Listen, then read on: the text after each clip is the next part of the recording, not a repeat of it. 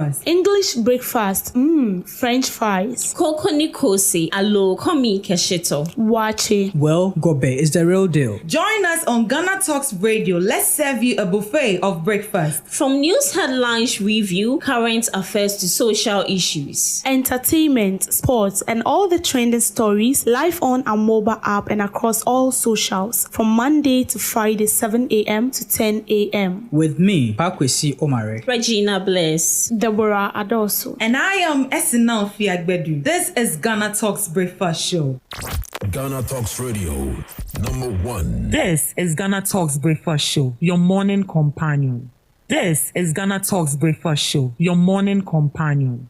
This is Ghana Talks Breakfast Show, your morning companion.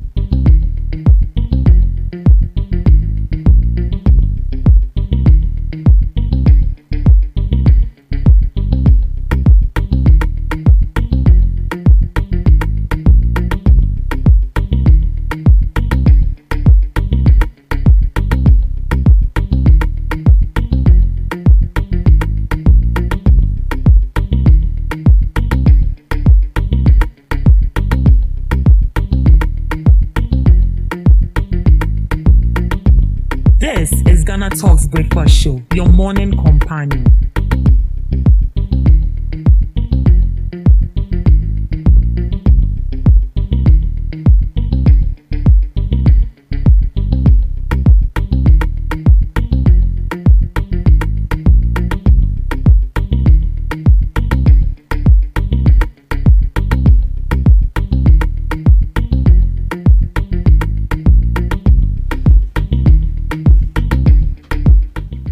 It's a blissful Thursday morning, and you are welcome to the Ghana Talks Breakfast Show right here on Ghana Talks Radio. This is your favorite online radio station, the only online radio station you can carry along wherever you go. Remember that you're streaming live on Facebook at Ghana Talks Radio, on YouTube at Ghana Talks Radio, and also on X at Ghana Talks Radio. Do all to log on and send in your comments and engage with us right here on the Ghana Talks Breakfast Show. This is a news review. Right here we bring you all the relevant stories making waves in the news. I am Ruth Esinam Fiagbedu, and I'm serving you breakfast this morning with Miss Regina Bless and Miss Debbie Adoso. Good morning, my ladies. Good morning. Good morning. How are you doing, Miss Debbie? Grace is sufficient. We thank God. Your blouse actually reminds me of a cartoon. Is it little red something? Or is Snow White? Oh no, little red in the woods.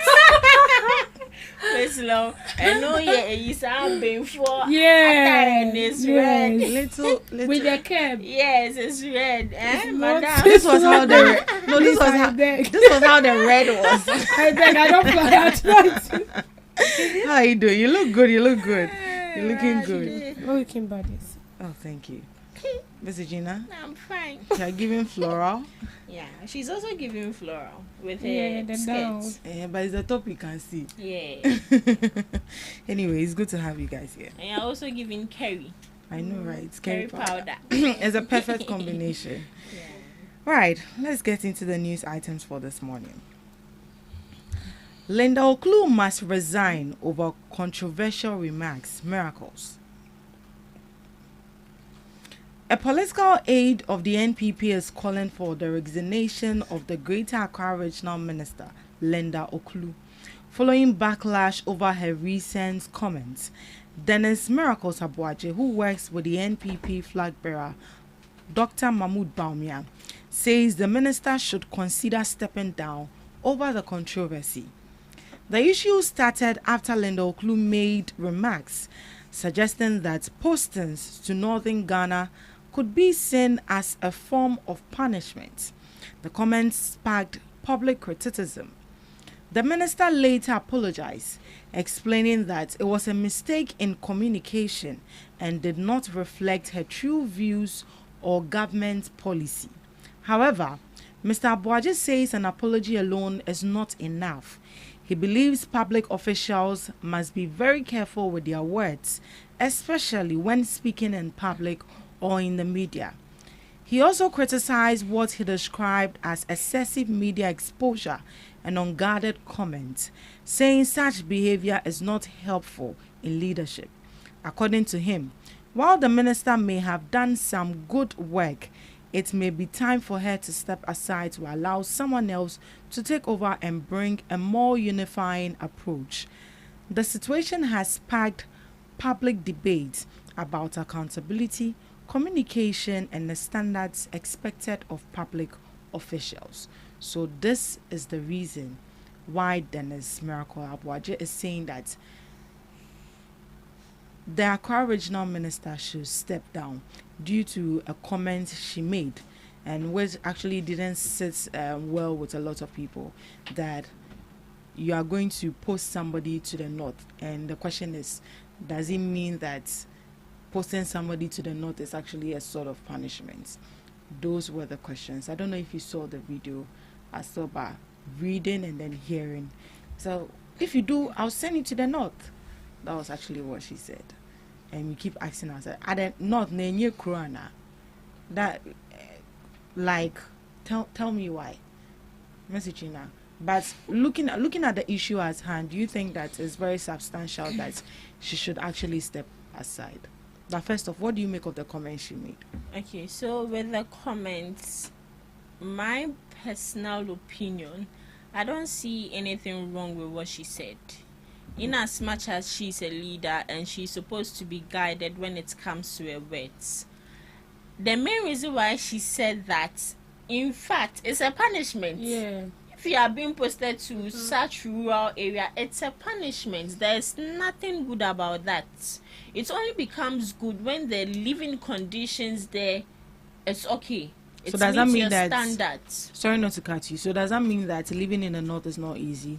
It's not easy. So what about the sun alone? What's Accra? See how it is. Or is it because you are not actually used to that environment? It's so not going that, there, no, it's not that you are not used to that environment. It's just recently, within this year, a community in the Volta region had electricity for the first time, and they were jubilating. Yeah. So imagine you've lived your whole life in Accra with uninterrupted power supply, in as much as you are facing one. But let's assume that you faced your friend is saying is a luxurious lifestyle. Then you are being moved to that aspect of the village. Would you be happy? Is it not punishment? It is punishment now. I've not been to the northern region before, but from what from the people who stay there, their own the indigenous citizens themselves who are complaining that their sun is too much, but they are used to it. We will call on about 1 week, you black, and no proper electricity. The students there, no matter the aspect of your sector, either health or education are no good structure when it comes to health to our boy. So if you are posted there, it's a form of punishment. And as I said, it only becomes good when it meets your standard of living. The living conditions there are good. Everything is in its place. You have water supply, the electricity is okay, you have fresh food to eat, education sector is very good. When it goes to the health sector also, you have all the equipment as a health facility. Some people would have to travel certain distances before you can even reach them on phone, or before they can even call you. And so you can't even call them. They'll have to call you first. Oh, network. It's punishment. There's nothing wrong with what she said. It's the truth. So it would have been false if the living standard there is different from what she's saying. But that is the reality, and we need to take it. But just that she's a leader and she was not supposed to put it in that way. And aside that, which one is resign? MPP from what resign, every small thing resign. He should resign. he was told he is not an expert, and then he got mad. I don't know if you saw that video before. The man said, aside he know that he's NPP communicator, he has no right to give a directive or something of that sort. Miss Debbie, Hmm. what do you make of her comment? I think this comment is in two folds. There is nothing wrong with it, and there is everything wrong with what she said. Now, looking at the positive aspect of what she said, has to do with you being transferred to the northern region. For me, I'm trying to put it in the distance. If you are traveling from Accra to the north, Tamale, and you are living here today, you will get there the next day. It can even take you like 2 days. If I'm leaving Accra to my place, if I don't get vehicle that is Volta North. If I don't get vehicle early and I get vehicle around 5, I'll get there the next day in the morning 5. But when I get vehicle early, I'll get there but very late, like 10 a.m., 10 p.m., 11 p.m. to 12 midnight. Really? Yes, that is when I'll get home. But when I get vehicle on time, I'll get to my place early. Very, very far. I have to visit there. You have to. Very, very far. Then this is you get it to Volta North. That has to do with OT. Then when you're talking about the North, Ubetra OTO. Even from my place to Yendi, it's like from here. I don't know how to do it for you to understand, because I've not been to like Eastern or wherever where I can do it anyhow. I can use that as a scenario for you to see. It's very, very far, and then the road is not really good.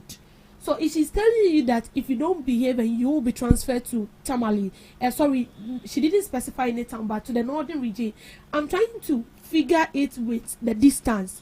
Living Accra to the north. That is how you understand her. That is how I understand it.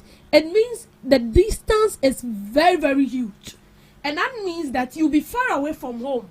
There is no way you can pick your phone and then call someone that, I need this, and you will get it.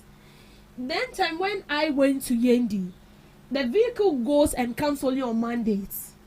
Because of the poor nature of the road. Now I learned they've constructed the road. I don't know how true it is that. But when I went to Yendi, the road was from Kwanta to Yendi was very, very bad. So the vehicle moves only on Mondays. So if you want to go to Yendi, you have to wait for the next coming week Monday. When you get to Yendi and you want to come back to my place, you have to wait and get the vehicle the next week Monday, because you can't get vehicle. The vehicle does not go to and fro because of the bad or the poor nature of the road. So if the minister is telling you that she's transferring you to north, simply means that the distance is too huge. Then aside that, when you get to north, Regina made a statement which I agree in a way I do not agree with her, because when you get to the north, when you go to somewhere like Tamale, if you go to Yendi, if you get there, the roads, just like the way the roads are tiled in Accra here, the roads are very tiled. They have good schools, they have good hospitals, but then it's just like when you get to Greater Accra, we still have villages in Greater Accra here that they have poor connectivity. They don't even have poor water drink. They don't even have pipe-borne water, safe water to drink. That is how it is. When you get to some part of northern region, it's very, very bad. So it's not as if the whole northern region it's bad. As I said, when you go to Tamale, when you go to Yendi, when you go to Boku, when you go to Bimbila, when you get there, their roads are good. But then, when you get to some villages within those districts, within those municipalities and all that, they are struggling a lot because network connectivity is poor. The way you get your time to call, you wouldn't get it there. So, if the minister made such a statement, it means she will not transfer you to Tamale where you will get comfort. She will not transfer you to Yendi where you will get comfort, because that place definitely you get comfort. And don't forget that Tamale is the capital town of northern region. She wouldn't transfer you there, but she'll transfer you to a village in the north, which may be a suburb under Tamale. Where you will suffer. So that is how I understand it. But in other way too, I feel like it's bad because people may not take it lightly. If I'm a northerner and then you are telling somebody that you transferred the person to north, what are you trying to say? In a way, I'll perceive it as an insult to my region, or to my religion. I'll perceive it as that. So let's just take this scenario, for instance, when this Kotoka International Airport came about, this same MPP politicized this same issue, and they were trying to change the whole ideology about the change of Kotoka to, is it Accra Airport, Accra International Airport. They were trying to change this whole ideology and then make it look as if the voters are being denied their right. What right is there? Yeah. So I feel like this whole thing, I've not even seen any Northerner coming out to complain about this. It is only the but MPP. they'll put it in their heads. Yes, and then you, the person saying that you're not a Northerner. Miracle about you're a Northerner. He's not the Northerner. So why are you speaking on behalf of the Northerners? And you have no right to call for the resignation of any minister. If you want to go back to archives of what your previous administration did, like by the time the MPP ends the administration, there shouldn't even be one minister that needs to occupy their position. They should have all resigned, but they didn't resign. So you have no right to call someone to resign. No, you have no right. In Konoga Sakra, he needs to resign. Well, she has actually come to. She apologized. She apologized. And then she explained that she was responding to concerns about technocrats who allegedly issue development permits without following due process and are sometimes reassigned to nearby districts, allowing the practice to continue. She said, "I wish to state without reservation that the comments captured in the video were a genuine slip in communication and do not reflect my considered view, nor do they represent the established policies and procedures governing state staff postings within the public service." She clarified that her reference was to instances where some officials have been posted to areas far from their usual places of residence, but her choice of words created the wrong impression. So just as you stated that maybe the way we actually understood it is not actually how she meant it. She said the reason why she actually said was that, as in like, I'm taking you out of your comfort zone in terms of distance to a far by place. But she has clarified herself and then she has apologized. So I think with that we can forgive her. Anna. Right, calling for her resignation there. I don't think it's too extreme. Exactly. Right, let's proceed. Perception of corruption widespread among citizens, APL. A new report by policy think tank Africa Policy Lens says many Ghanaians still believe corruption is a major problem in the country. Even though there are laws and institutions to fight corruption, many people feel those rules are not being properly enforced. The findings comes after the Governance Trust Barometer, which was launched in Accra on May 6, 2026. According to the report, corruption is the biggest issue affecting public trust in governance. While Ghana is still seen as a strong democracy, this perception of corruption is weakening people's confidence in leadership. The report also highlights concerns about communication from government.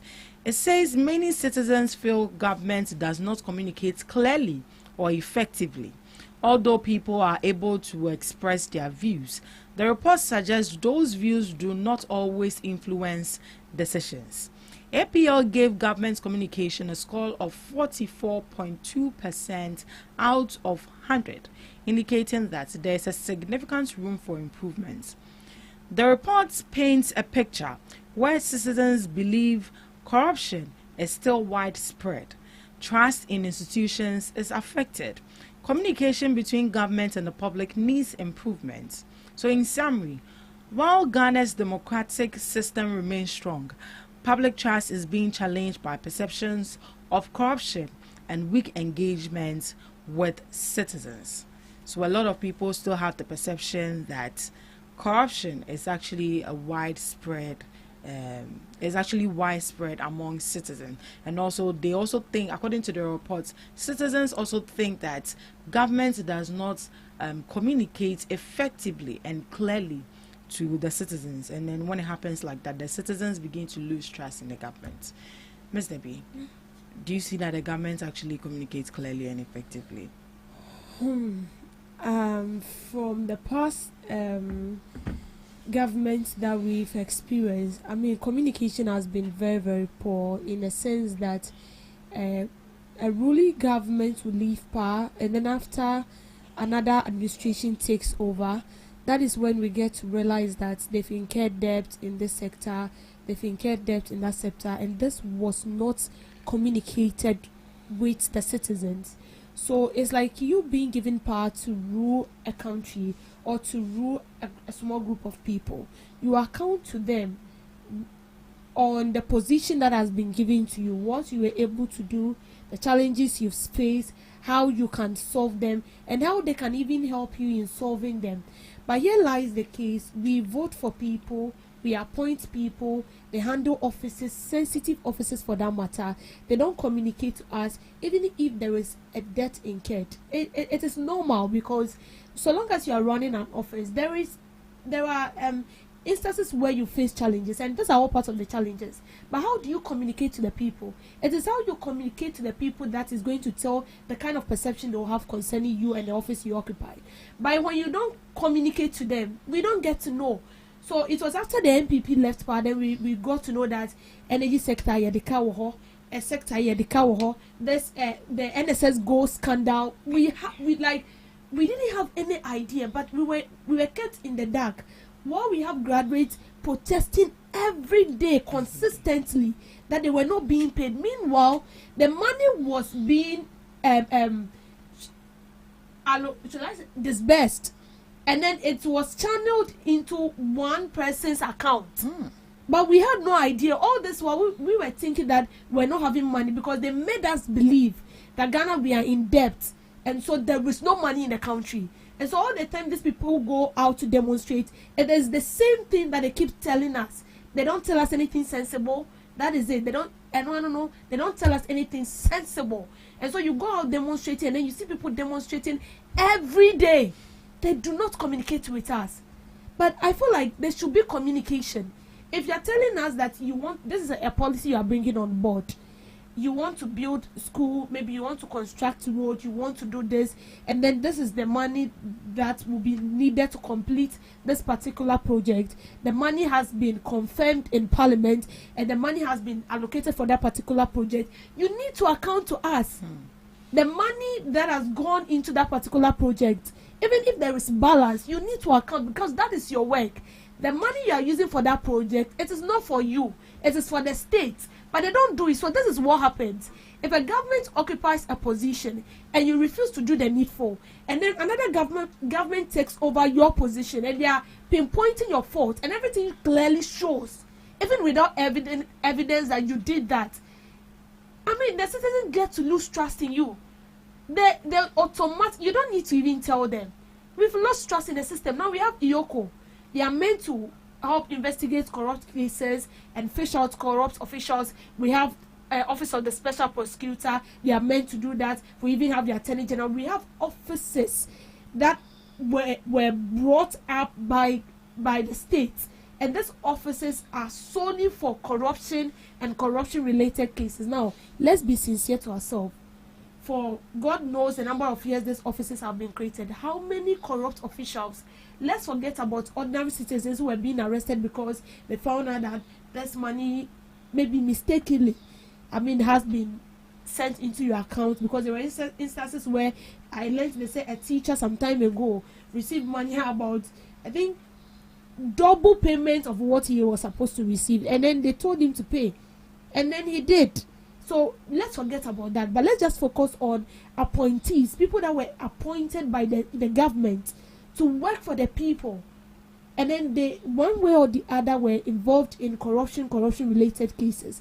How many of them have faced the law, or how many of them have been prosecuted so far? Zero. So it should tell you that as for trust today, as it stands now, no one have trust in the system. I'm telling you the facts. Even if they come out and then they tell us that, oh, we've gotten Mr. So and so, he has embezzled state fund, and this is the amount of money he has embezzled, and blah blah blah blah.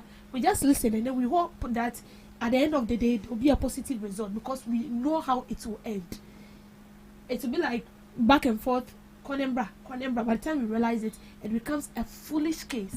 And you think this, with all this attitude and all that, you want the citizens to trust. So, as for the system, sincerely speaking, we have no iota of trust in this system that are being designated to fight corruption, and even in our officials. Right. Miss Regina, what's your perception about corruption? My perception about corruption. In Ghana here. Corruption is there. Or if maybe there's another perception you are looking at. But the perception of corruption in Ghana here, all Ghanaians or all citizens, we know and we believe that there's still corruption. John Dramani Mahama is trying his possible best together with the government to fight corruption. But we always say when it comes to the fight of corruption, it's not only about the input of the government, but the mindset of these individuals. If I want to change, let's say I'm into betting and I want to change, and you'll be never catch him to minjai. No matter the advice, you can still go on and do it, but it's here. What you think or how you think upstairs, that would make you stop betting. So if corruption is going on, John Dramani Mahama, the government, will play their part. But these politicians in power, these ministers, they are the ones fueling the corruption. It's just like Galamsey. They are the ones fueling it. So I don't really know what they can put in place to make sure they fight corruption.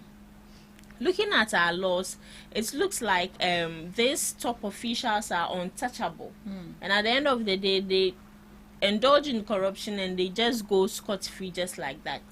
And also, they made mention of communication, transparency, and accountability.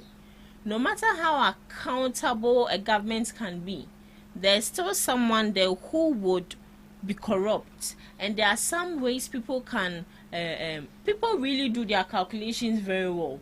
They do their homework very well to a point where they are corrupt, but they can still give you figures matching the amount of money you've given to probably their sector to do this kind of initiative or this development. People can still be very tactical, but they are still corrupt. We've seen instances of a lot of top officials, even during this public accounts committee. The money they are using, it differs from what is on their your friend is saying. Is it their sheets? It's different, but they are still in office. I always say, looking at the public accounts committee, there should always be a police officer there. If after the questioning you are found to be guilty of spending public money, then no, they take you away. They shouldn't waste their time, take you, say, oh, go and make sure that you see. No, that is not what we want. They need to make sure that they put steps, arrest people. But at the end of the day, the people they arrest due to corruption, those same people would come back and sue the states. It's a lot. Let's move on. Minority leader accuses Yoko of harassment in rearrest of Buffer Stock ex-CEO and wife. The minority leader in parliament, Alexander Afenyo-Markin, has criticized the Economic and Organized Crime Office, Yoko, over the rearrest of a former Buffer Stock CEO and his wife. He says the arrests are unfair and may be politically motivated.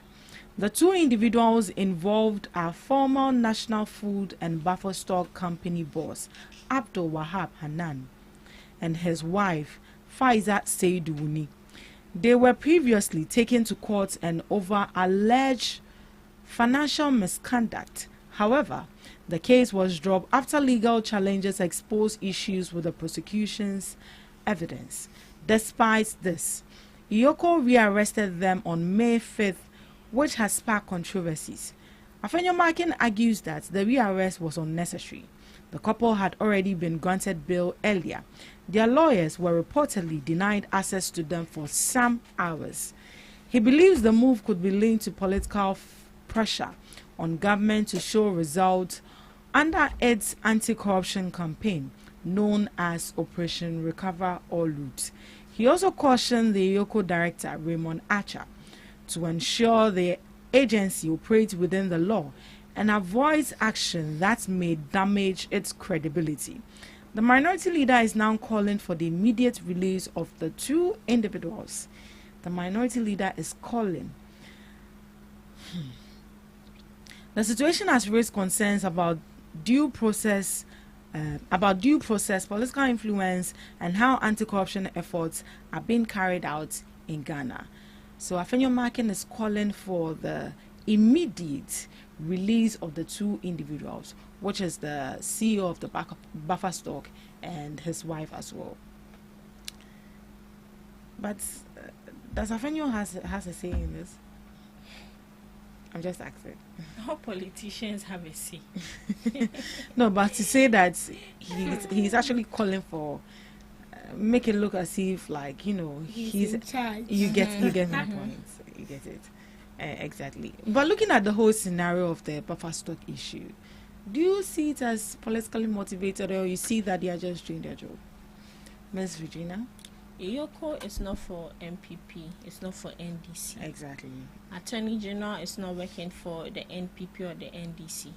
And also the Ghana Police Service, they are not working for either NPP or the NDC. They are working for Ghanaians. They are working for the states, for the government. So I don't see, they are the same people who would always say that don't politicize things. Yeah. But at the end of the day, they'll be politicizing it. And when you do that as a leader, what signal are you giving to your subordinates? Your subordinates will take after you what you are doing. Oh, after all, my leader is doing this, how much more me? Let's say my in this institution, my manager comes to work the time he wants, sometimes doesn't come to work at all. Me, the subordinate, won't I follow suit? I will follow suit. So let's say what minority leader is doing, I will do same as a subordinate. I will do same. I'm telling you, I will do same. So to Iyoko, they have every right to rearrest, I don't want to say a criminal, but an alleged criminal, if there is fresh evidences. So let's say Attorney General has dropped the case that, oh, after all, we've not seen any evidence. What is it even called? Is it the nolle prosequi? No.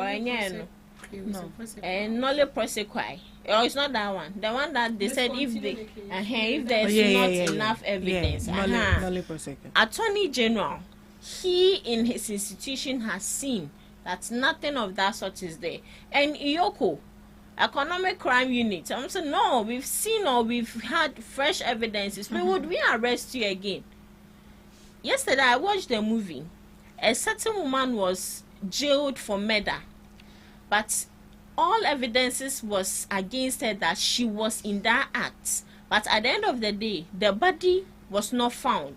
But the blood, what she used in the murder was there, but the body was not found. But at the end of the day, she was jailed. And they had to do investigations again, and they got to find out that she was not the one. They had to release her. So it's the same thing. Someone can be charged for something. So per evidence, though, they can release you. But you did it, but there's not enough evidence. So let's say for a murder, they can release you that you did not kill this person. But if a fresh evidence comes with a video that no, she did this, so they should not arrest you. Because someone that says, oh, you are free to go, don't arrest you. And it's a Afenyo Makin, and you don't know call ECOWAS, no. And then you ECOWAS. And you don't say no call ECOWAS. Oh, Emon the Afenyo Makin. Miss Debbie.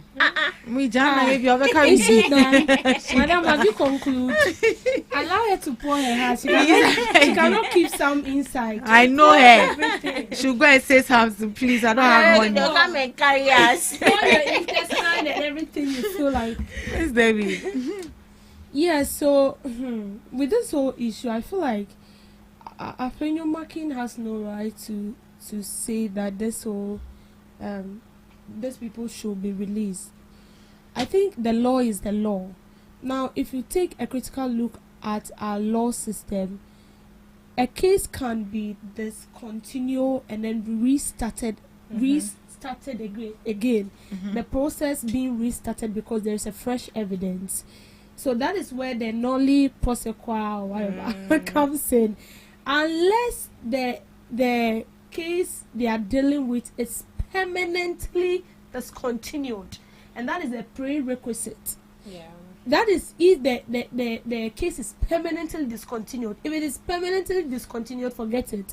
There is no way that process can be started afresh.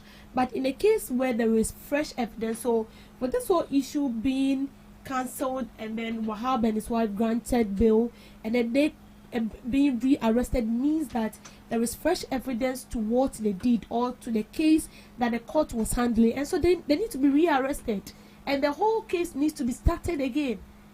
So this doesn't mean we should just allow the court to carry its course, and this is when the political interference comes in.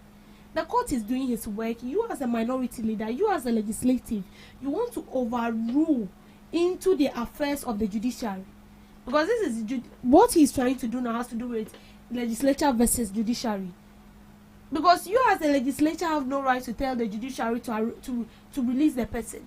Equal as to the judiciary do not have the right to come to you in parliament and tell you to shut up and not to talk, because that is your office. They have no right unless parliament is handling a situation that needs the presence of the attorney general who is representing the judiciary to explain matters.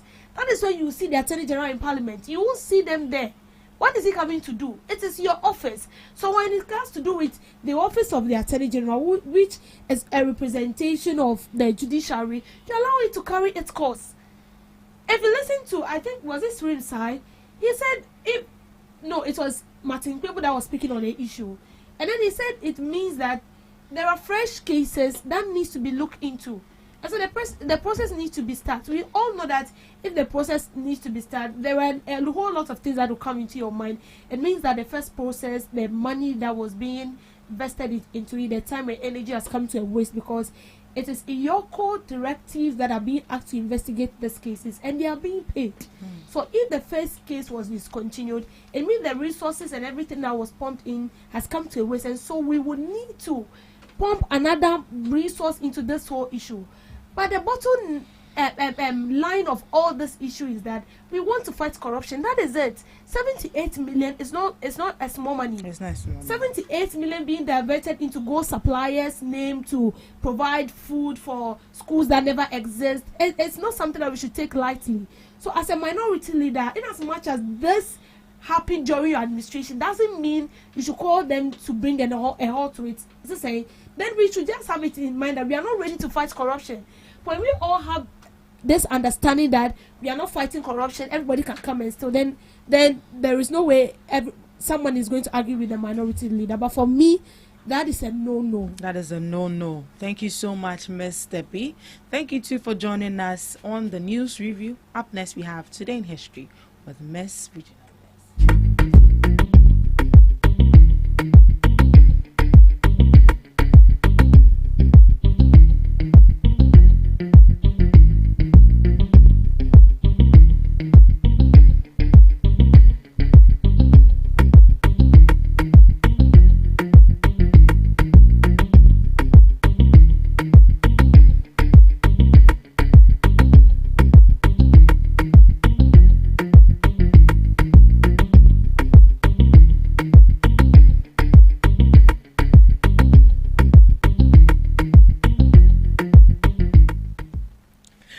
Bringing you today in history on this day, 1763, Ottawa Chief Pontiac initiated Pontiac's Rebellion by attempting to take Fort Detroit from the British with roughly 300 warriors. The conflict was driven by Native American dissatisfaction with British post-war policies, particularly the restriction of trade and land encroachment in the Great Lakes region after the French and Indian War. First Japanese immigrant arrives in the U.S. Manjiro Nakahama, also known as John Mung, is considered the first Japanese immigrant to the U.S., arriving in Massachusetts. Asemo. On May 7, 1843, a 14-year-old fisherman rescued by an American whaling captain. He was educated in Fairhaven, MA, and later returned to Japan to become a key translator and professor. 1915, German submarine sinks. The German submarine U-20 torpedoed the British ocean liner RMS Lusitania off the coast of Ireland, sinking it in just 18 minutes. The attack resulted in the death of 198 people, including 128 Americans, shifting public opinion against Germany and contributing to the U.S. entry into World War I. Looking at some global observances, make a book day to encourage people of all ages to channel their inner author, write and create their own books. The day serves as a reminder that books must be crafted before they can be read, encouraging creativity and the art of storytelling. National Barrier Awareness Day, to promote the removal of physical, social, and attitudinal obstacles that prevent people with disabilities from fully participating in society. This day encourages building accessibility, dismantling stigmas, and improving technology for people with disabilities. Lastly, World Password Day, to promote strong, secure, and unique password habits. In 2026, it highlights the need to move beyond simple passwords by implementing multi-factor authentication and using password managers to stop credential-based breaches. And that's all for today on Today in History and some global observances, live on GhanaTalks Breakfast Show. Thank you so much, Miss Regina, for Today in History and some observances of the day. Up next is Debbie's Girl. Welcome to Debbie's Girl, where we talk about issues that matter to the state, void of politics, fear, or favor. The three-member committee investigating the death of Charles Emisa has concluded that he died from medical neglect rather than the immediate injuries he sustained, raising serious concerns about emergency healthcare response in the country. The 29-year-old engineer with Promasidor Ghana Limited was knocked down in a hit-and-run incident near the Kwame Nkrumah Circle overpass in Accra on February 6, 2026.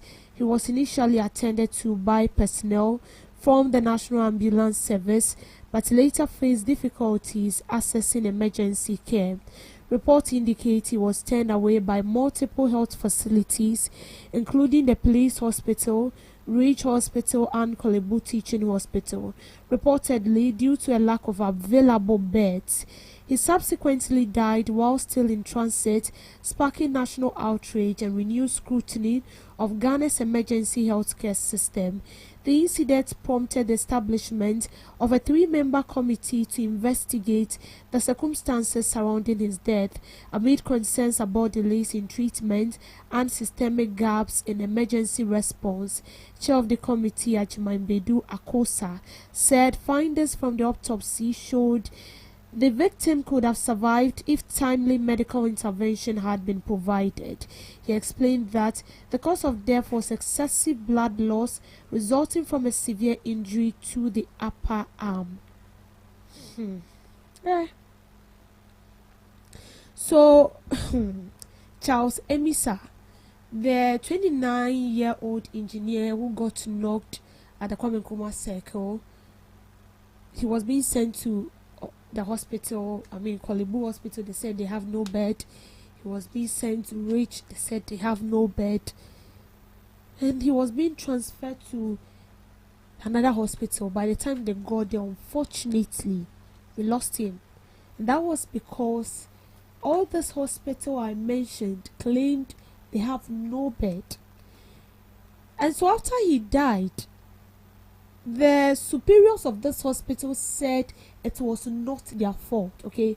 They were making it look as if they were not at fault. And so they have to set up a 3-member committee.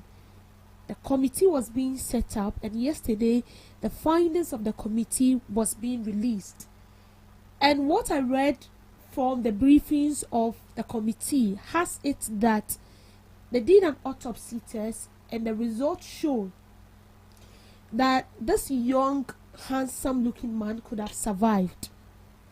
He didn't die out of trauma, just like the way they claim to be. Excuse me. Just like the way they said it. Okay, so this hospital claims that he died out of trauma and all that. But the findings of the committee shows that he didn't die out of trauma, but he died because there was no bed in this hospitals. So it means that this young man could have survived, but because there was no, or there were no beds in this hospital, I mean, he died just like that. And you see, this is a matter of concern, because you don't know the day it will happen to you, and you don't know the day your family member will be in the same condition. Now tell me why our hospitals should lack bed. Even if they are lacking beds, there should be, for me, I believe, or in my own thinking, or in my own reasoning, all hospitals in Ghana, especially public hospitals, government hospitals, should have bed in excess. That even if a patient is being rushed in, and then the emergency unit is full, that there should be a place where this patient can be given first aid treatment, at least to calm the situation down. Then afterwards, they would think of how to get him in the emergency ward for further treatment. Now, this same incident happened at Kaswa, and this has to do with a pregnant woman dying with the baby because there was no bed. See, yesterday I was reading a lot of comments, and some of the comments were funny, some were not funny, some were very, very serious. And then there was this comment that caught my attention. The lady was like, you don't even know what is happening. Things are really going on. You are getting to see what you ought to see. 99% of the people who die in our hospitals do not die because of the challenges that push them, or the illness that push them into those hospitals.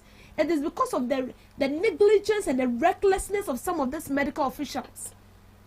And that is why a lot of them are dead because of this. See, let's just be sincere to ourselves, okay? If you don't have the passion, please don't venture. Because I believe when it has to do with health, and that is why you see their logo. When they wear their t-shirt, just take a look at the back or in front of their shirts. They've written boldly, your health is a concern. That alone should speak a lot to you. I think it should even speak more to you, the health practitioner. If you are saying that my health is your concern, then it means that when I come to the hospital for treatment and there is no bed, you should make something available for my first aid treatment, because that is equally your concern. We always say that, you see, when issues like this pop up and then you are talking, people do not understand till it happens to you. And you see, the most serious aspect is that it might not happen to your relative, but to yourself. Imagine you get to a hospital, you are very sick. You know that this illness is treatable. This illness can be treated. And then you get to the hospital and they are not giving you attention. You see, just like the way you are talking about these protocol staffs, when you get to big offices, you need to know. If you like, just pretend to be ill and go to one of these top big hospital, government hospitals, and then take a look for yourself just go there and pinpoint something for yourself personally. If you have no one there, you can sit there the whole day. The whole day. The whole day. We saw instances where patients were lying on the bed, serious condition, then you see a nurse with a phone, a nurse with a phone on TikTok, Snapchat. Recently I came across a video where a woman was in labor, serious labor, and the nurse who was supposed to push this woman into the labor room was on phone. She was on selfie. She was dancing, twerking, while this woman in labor is struggling for her life and the human in her womb.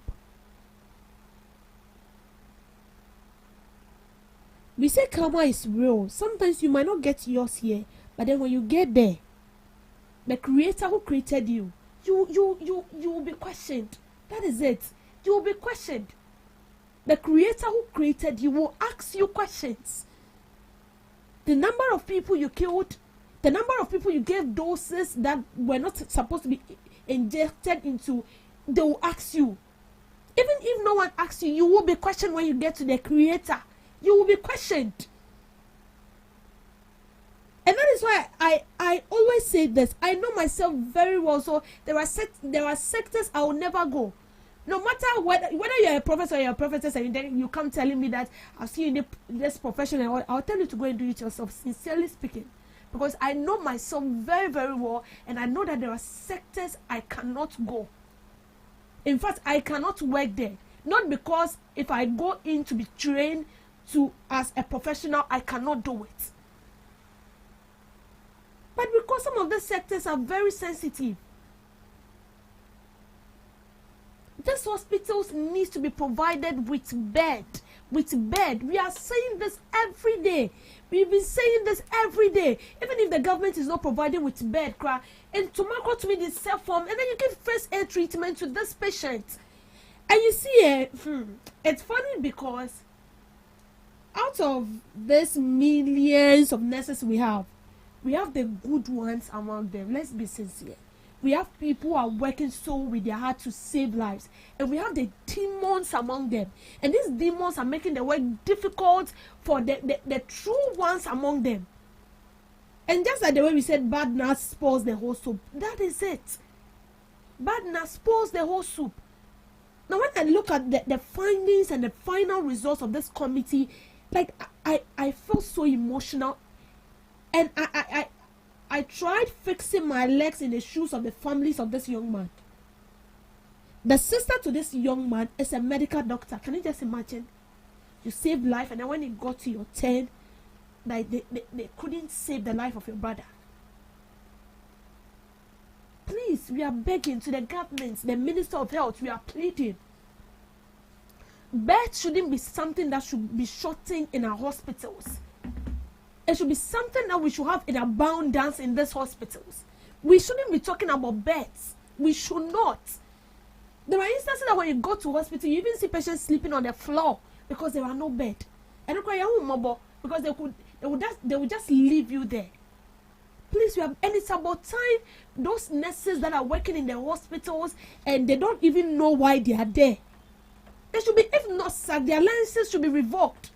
Because I see no reason why you should be in the hospital claiming you are there to save lives, claiming that the health of someone is your priority, whilst you are not prioritizing it.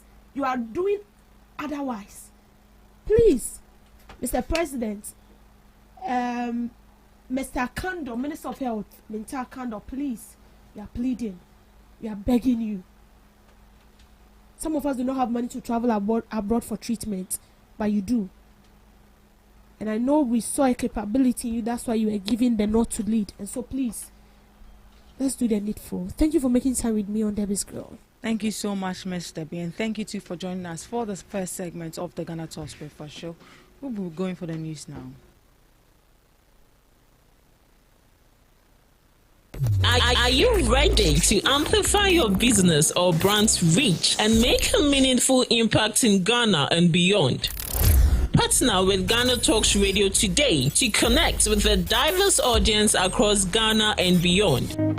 Elevate your brand through on-air promotions and social media. Boost your brand during prime time. With Ghana Talks Radio, you can extend your reach across digital platforms. Ghana Talks Radio is not just a station, it is a community hub where your brand becomes part of the conversation. Join us in fostering connections, celebrating culture, and making a lasting impression. For customized sponsorship packages and enquiries, email contact@GhanaTalksRadio.com or call +233 202 544614. Ghana Talks Radio, giving the youth a voice.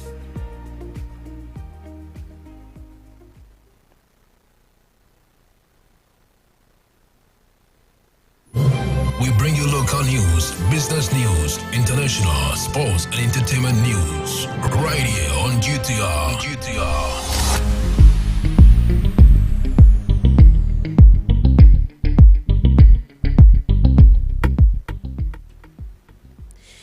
Hello, good morning and welcome to the morning news on Ghana Talks Radio with your headlines for Thursday, May 7th. The power distribution service investigation is deepening as the Attorney General's office probes 850 million in Electricity Company of Ghana funds following 4 arrests. Parliament is also questioning Amandi's handling of the Western Railway Corridor project over delays and poor execution. Meanwhile, in Domiabra, residents are demanding answers after a private demolition exercise pulled down a hospital and homes without notice. And at the 3i African Summit, Vice President Nana Jane Opoku-Agyeman says digital integration is key to Africa's economic sovereignty, calling it essential for cross-border trade and development. Full details after this.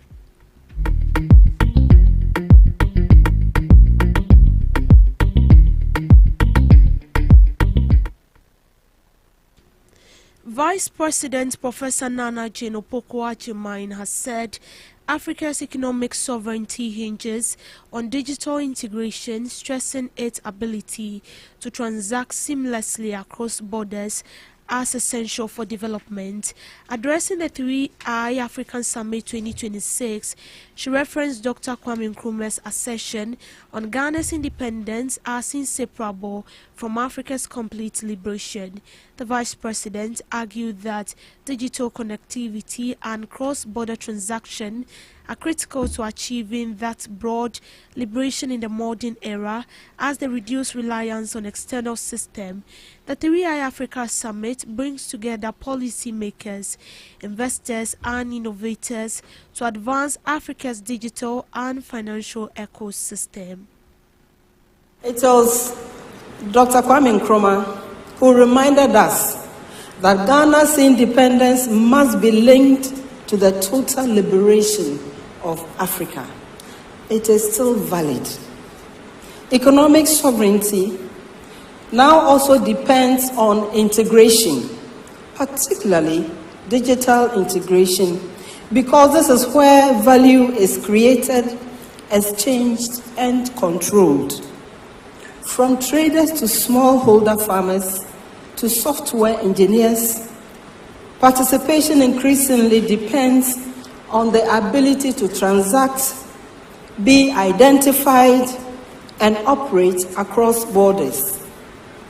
Africa has already demonstrated her capacity to leapfrog legacy systems. Mobile money, digital identity, and financial technology have shown what is possible. The task is to move from pockets of progress to continental scale. And the integration of our digital economies requires these 4 things: payment, identity, regulation, and of course, infrastructure. First, payments. In many cases, intra-African transactions are still routed through financial systems outside the continent and denominated in third currencies.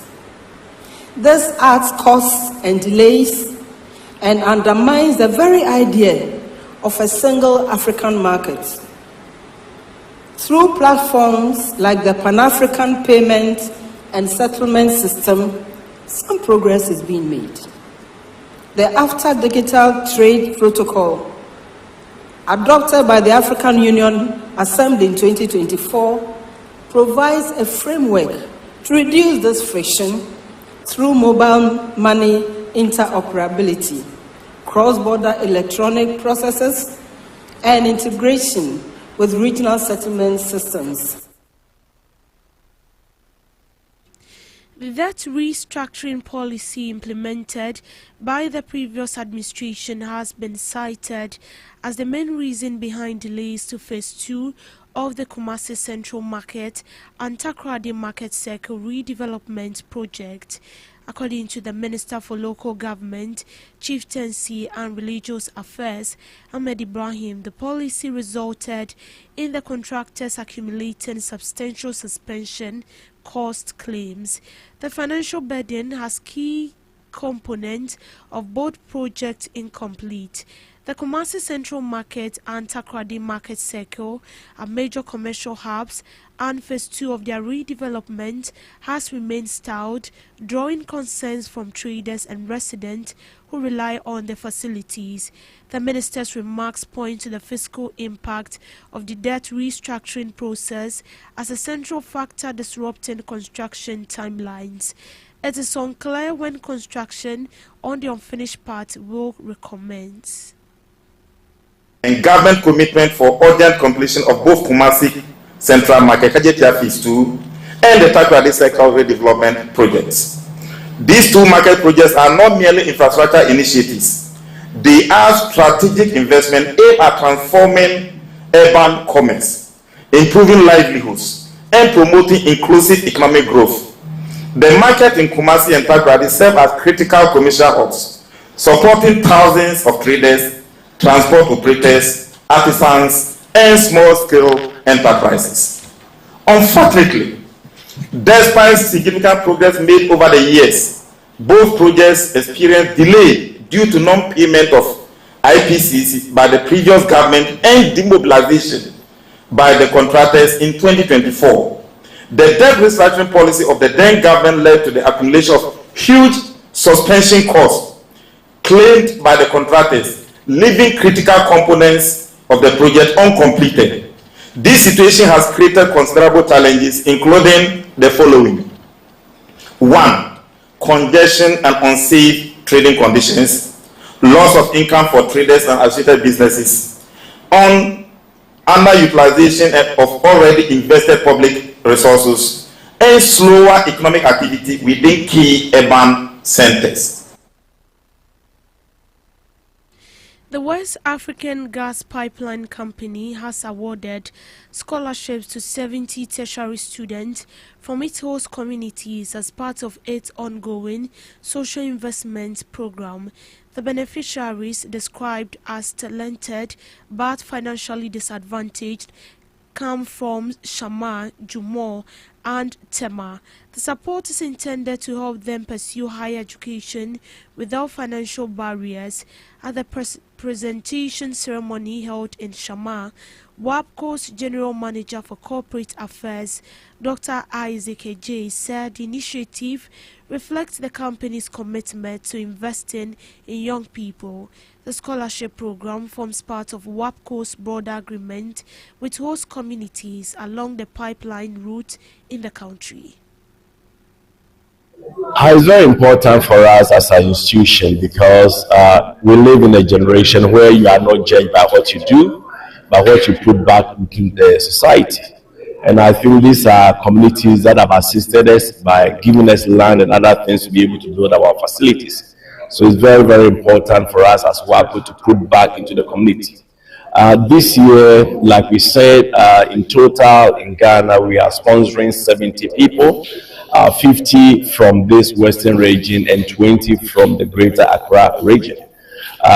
They're going to do various courses ranging from engineering, medicine, law, pharmacy, in some of the prestige universities in Ghana. We've got University of Ghana, Kwame Nkrumah University of Science and Technology, University of Cape Coast, University of Education, Winneba. So the courses are ranging from engineering, science, social arts, etc. But what we hope is that at the end of the day, when they have been acquired all those skills and knowledge, they'll be able to contribute to the society and especially the communities from which they come from.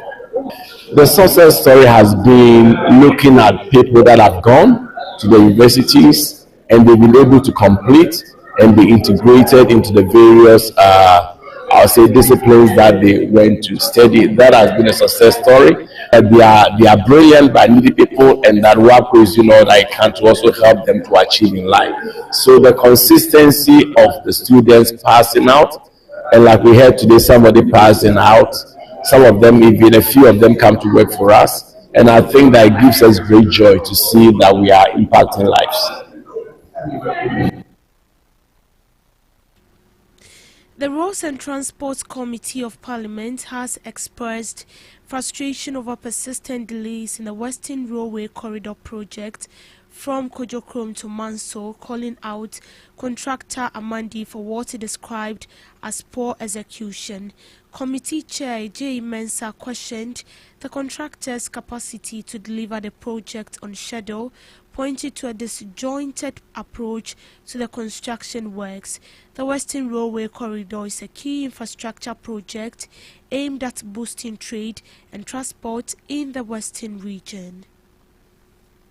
The state of payment, they should have been able to finish the 7% for the Kojokrom to Manso. That is critical. And the other one is that we are disappointed that they have vacated site. And the extent of deterioration is also something that I've asked them to bring reports on that one going forward. What is happening is that for the 3 projects, Amandi took all of them, and they are just bits and bits and bits, and the excuse is that the government is not paying us, and that is why we are where we are.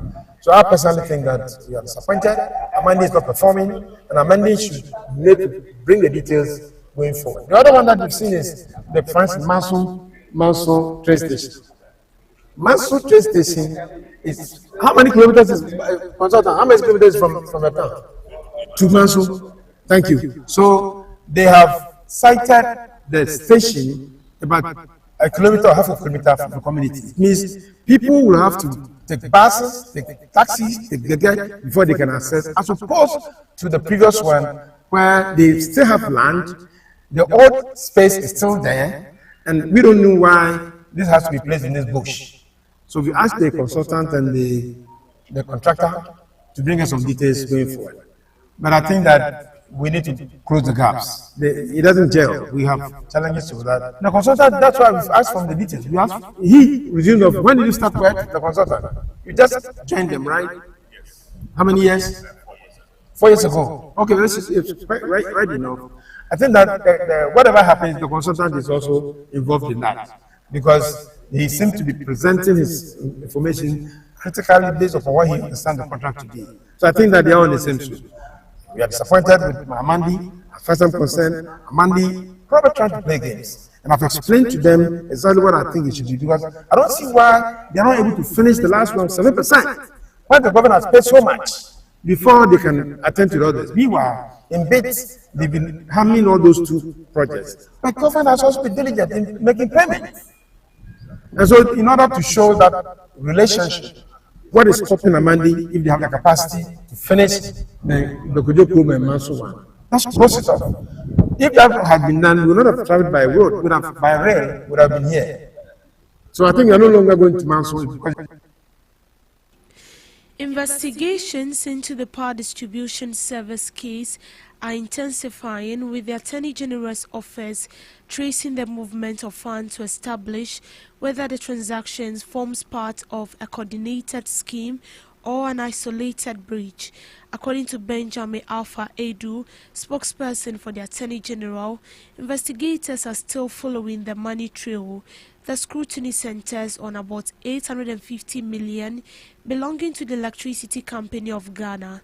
Meanwhile, 4 individuals connected to the power distribution service have been arrested in connection with the case and have since been granted bail while investigations continue. the Power Distribution Service deal, which involved a concession to manage Electricity Company of Ghana's electricity distribution, collapsed in 2019 after irregularities were uncovered. The current probe appears to be revisiting financial transactions tied to that agreement. These investigations come on the back of the termination of the PDS and ECG agreement. If you recall, 2019, government terminated a power concession agreement between PDS and ECG when it was found that some of the guarantees, payment guarantees, were obtained fraudulently. The National Intelligence Bureau believed that these 4 persons have certain questions to answer. So for now, they were invited, questioned, and then granted bail pending federal investigation. For now, an investigation is ongoing into circumstances surrounding the disappearance of 850 million Ghana cedis from an ECG car bank account. The intelligence agencies deem it fit that these 4 persons be invited for questioning. They've done so, they've granted them bail, and that is where we are at now. We do not know whether it was a coordinated scheme between some officials of PDS and these 4 persons. What we know, and we can speak to at this point, is that the investigative agencies want to trace the circumstances surrounding the disappearance of these monies. The money is being traced. We need to understand whether those monies have been stolen, whether they've been siphoned, what they have been used for. I think we need to give the investigative agencies the let and the room to be able to do proper investigation, build a proper docket for prosecution. For now, we will not give definite timelines because the intelligence agencies are on their own and they do the work by the timelines and by the leads that they get. So what I can assure is that the Attorney General is committed to speedy investigation and trial. Tensions are escalating in Dome Abragan South Municipality following an ongoing demolition exercise carried out by private individual Frederick Kofi Asari. Several structures, including a private hospital and multiple commercial and residential buildings at different stages of completion, have been pulled down. Affected residents says they were given no prior notice before the demolition began. The sudden action has left many displaced, raising concerns over due process and property rights in the area. Residents are calling for urgent intervention from local authorities to halt further demolition and address their grievances. As at the time of writing, no official statement has been issued by Ghana South municipal authorities regarding the incident. Ya rente ye bubu so ni na ye nyema egumu no o ma fa ma mi hu mi landlord name say ade no bubu so no onya notice bia o se da bi ma mi we so oto o ensu samusi mu bubu dan na fa ya ti ase mu bubu obi ade a we should be fair to us. The bubu hospital baby nja baby na ye store no bubu ni ade no bubu baby no manja baby. We were not aware are we not Ghanaians? With all due respect, are we not Ghanaians? Are we not Ghanaians? Give us notice. Why? Fine. I don't have problem. I have no challenge with you. But I don't know. You are not being fair. Are we not Ghanaians? What I want authorities to do is that they should make sure and put law in order. Omuma embraces so. Obi nya notice. Otene them into emergency say obi and then the bad one say obi ni mbato wa. Onya hwe na ebebu dan de gunu so mewu. No, we should just be fair. We are citizens. Me Togoni, me Nigerian, make a media for no. You know me. So let's just be fair and tell them say, oh, adia say na ba unya notice and there and none of our we ko say nyumre to flu anya fe brakofi anya fe what ba na me notice no catch them say and that unima and there ko otema bebu na me bra anya fe. That is what we are just expecting to do. So when for notice number na say what dey amobi ni ensakra nka oba oh me bra anya fe ya ma notice wenya and the nyumre to flu ba bebu no na no there but who do be na wo jebia you are not being fair. Thank you. You are not being fair. In business, Governor of the Bank of Ghana, Dr. Johnson Asiama, has suggested that African digital finance industry must move beyond basic payment system into more sophisticated financial solutions such as digital credit, embedded finance, supply chain finance, and cross-border financial services.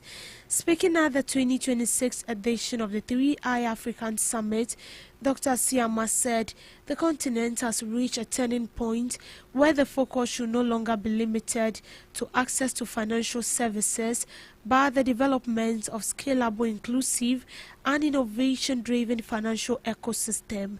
According to him, the next layer includes digital credit, maintenance payment, embedded finance, supply chain finance, and cross-border services, adding that this product must be designed to address the realities of women, micro, small, and medium enterprises, young people, and businesses operating within the informal sector.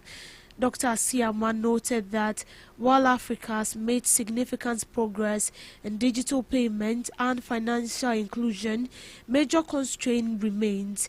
He explained that the Bank of Ghana is taking deliberate steps to build a regulatory and market environment that supports innovation while maintaining stability and public trust.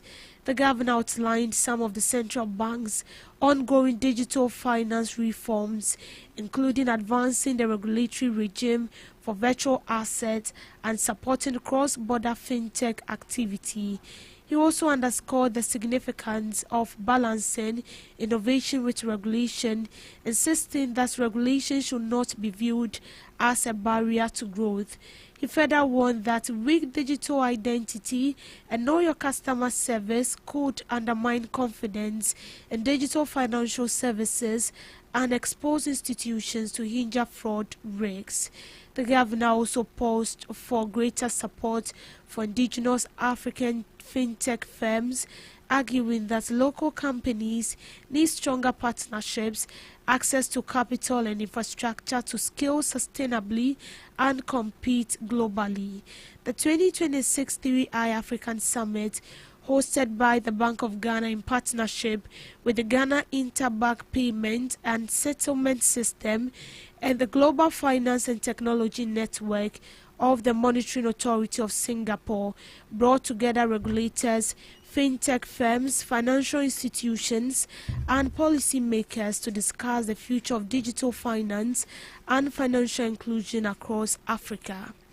To sports, the Ghana Tennis Federation has issued an urgent appeal to the government of Ghana to intervene financially or risk seeing the country demoted from two of tennis' most prestigious international team competitions. In a press release dated May 5th, the Ghana Tennis Federation cautioned that Ghana faces demotion from both the Davis Cup and the Billie Jean King Cup if the nation fails to participate in the upcoming 2026 event scheduled for June in Nairobi, Kenya. The Federation disclosed that it has operated without government funding for the past 15 years, sustaining its activities solely through corporate sponsorship and an International Tennis Federation participation grant. Corporate partners who have kept Ghanaian tennis afloat include Stanbic Bank, MTN, Telecel, KGL Foundation, Knee Plant Cow Rentals, the Ghana Olympic Committee, and contributions from the GTF board members. The Ghana Tennis Federation identified two major setbacks threatening preparation for the 2026 event. First, Ghana's participation in the FIFA World Cup 2026 has crowded the corporate sponsorship space, diverting significant attention and resources away from other sporting bodies. Secondly, the International Tennis Federation participation grant, a critical lifeline for the federation, has been slashed by 50% following the withdrawal of a key sponsorship contract, leaving the Ghana Tennis Federation with what it describes as a critical funding shortfall. The Ghana Tennis Federation did not mince words in describing the consequences of non-participation. In showbiz, famous Nollywood actress Funke Akindele has opened up about why she lost interest in attending church services. The actress, who made the revelation in a Snapchat video, said she stopped going to church because attention often shifted to her rather than the service. While explaining that she's always the one they take pictures of, the actress said she now joins church service online. In 2022, Funke openly identified herself with the Celestial Church of Christ. On Global News Update, new artificial intelligence tools and capabilities from Google, Microsoft and XAI will now be tested by the United States Department of Commerce before they are released to the public. The tech firm have agreed to voluntarily submit their models for testing through Commerce Centers for Artificial Intelligence Standards and Innovation. The new pact is an expansion of agreement by AI companies. OpenAI and Anthropic reached during the Biden administration will see artificial intelligence model from all the companies evaluated for their capabilities and security. Overall, the evaluation of the artificial intelligence tools will cover testing, collaborate, best practice development related to commercial artificial intelligence system. Google best known artificial intelligence tool through its DeepMind subsidiary in Gemini, a chat box that is widely available on Google products but is now also being used in the United States defense and military agencies. Microsoft best known artificial intelligence tool Copilot, while XAI also artificial intelligence product is Grok, a chat booth that has come under widespread public scrutiny for issues where it addresses people in images. On Tuesday, Commerce Center for Artificial Intelligence Standards and Innovation said it has conducted 40 previous evaluations of artificial intelligence tools, including testing certain state-of-the-art model that remain unreleased. The center did not specify which models have been stopped during from being released to the public.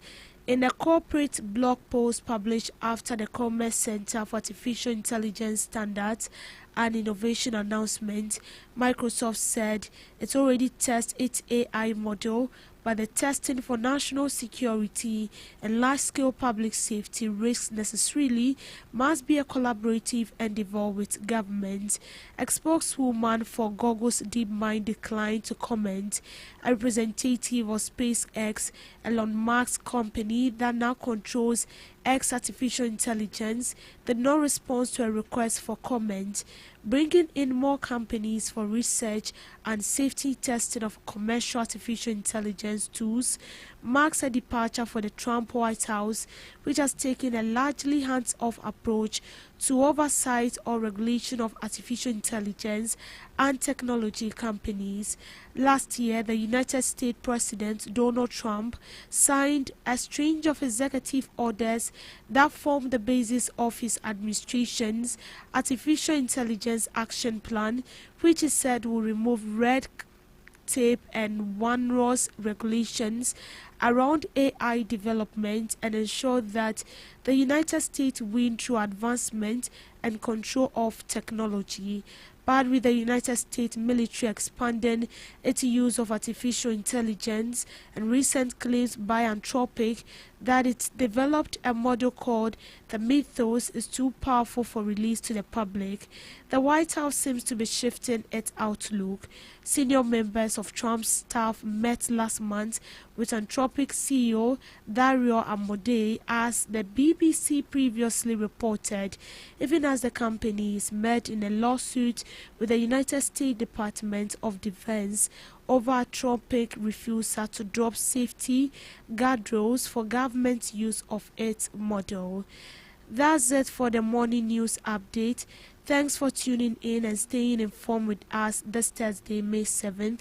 We will be back later with more updates throughout the day. Until then, have a productive day ahead. I am Deborah Adoso.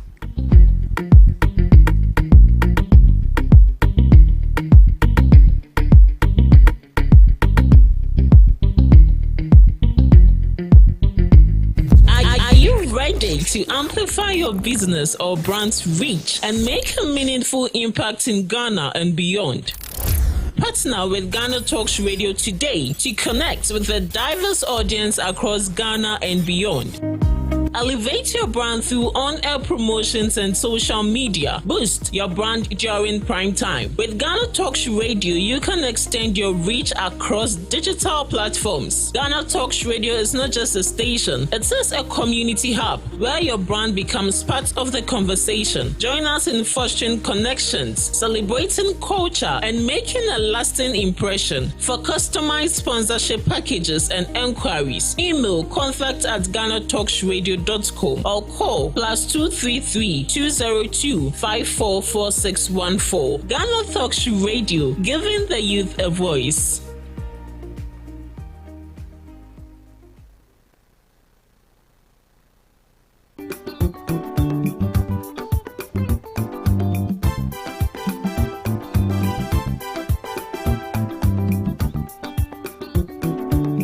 Ghana Talks Radio, UK, Abrochimebo, Era from Ghana Muha at the sound system, which is spinning machine papa, a free amana never be good among Ghana Muha.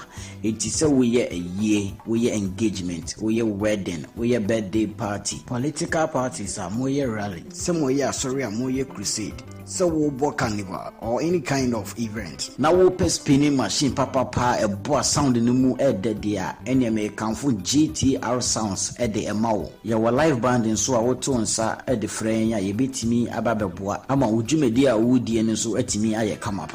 Yawa enkan pupuni mantemo anya aponchi hotel a hope pepe ena yebutu odi ane se wo be frɛ mpanifo ɛwɔ 0546960510 GTR sounds emu de angaza.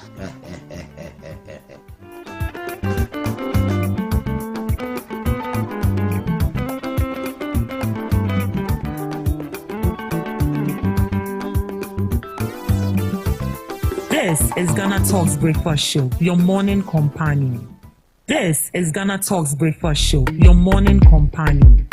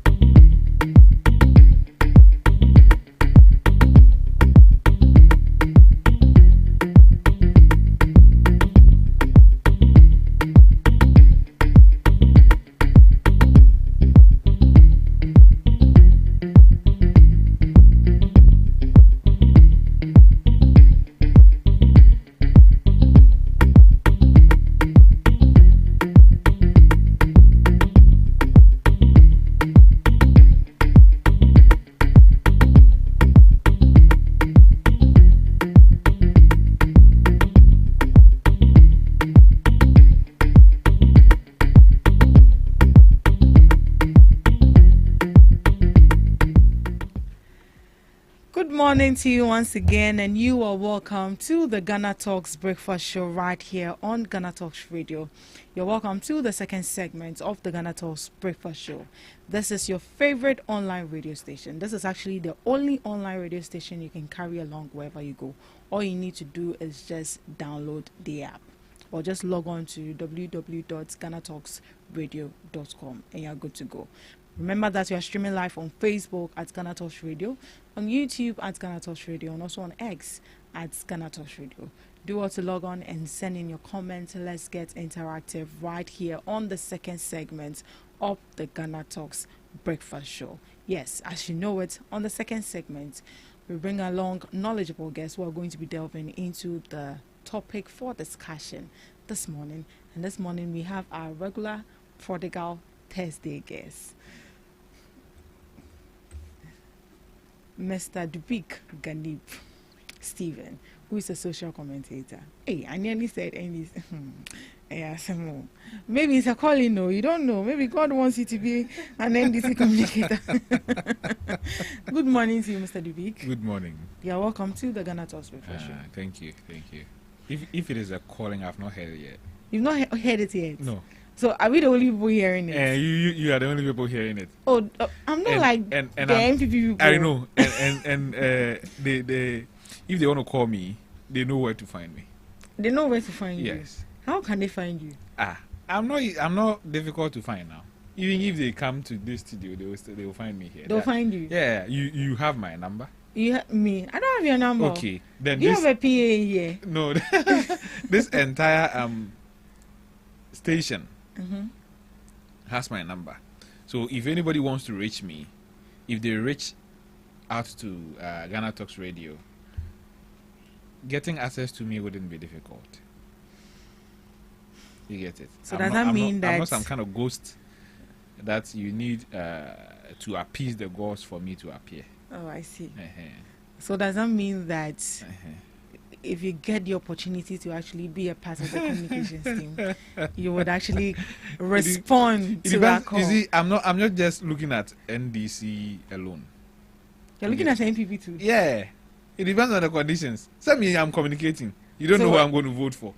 So that means that it's like a job you're actually going to be doing for them. Yes. If you want me to communicate for you, you pay. And you expect to be paid for communicating? Of course. Oh, really? That's how it works? Nanka, you think they come and sit here for free? Well, I actually thought it was for the love of the party. Share.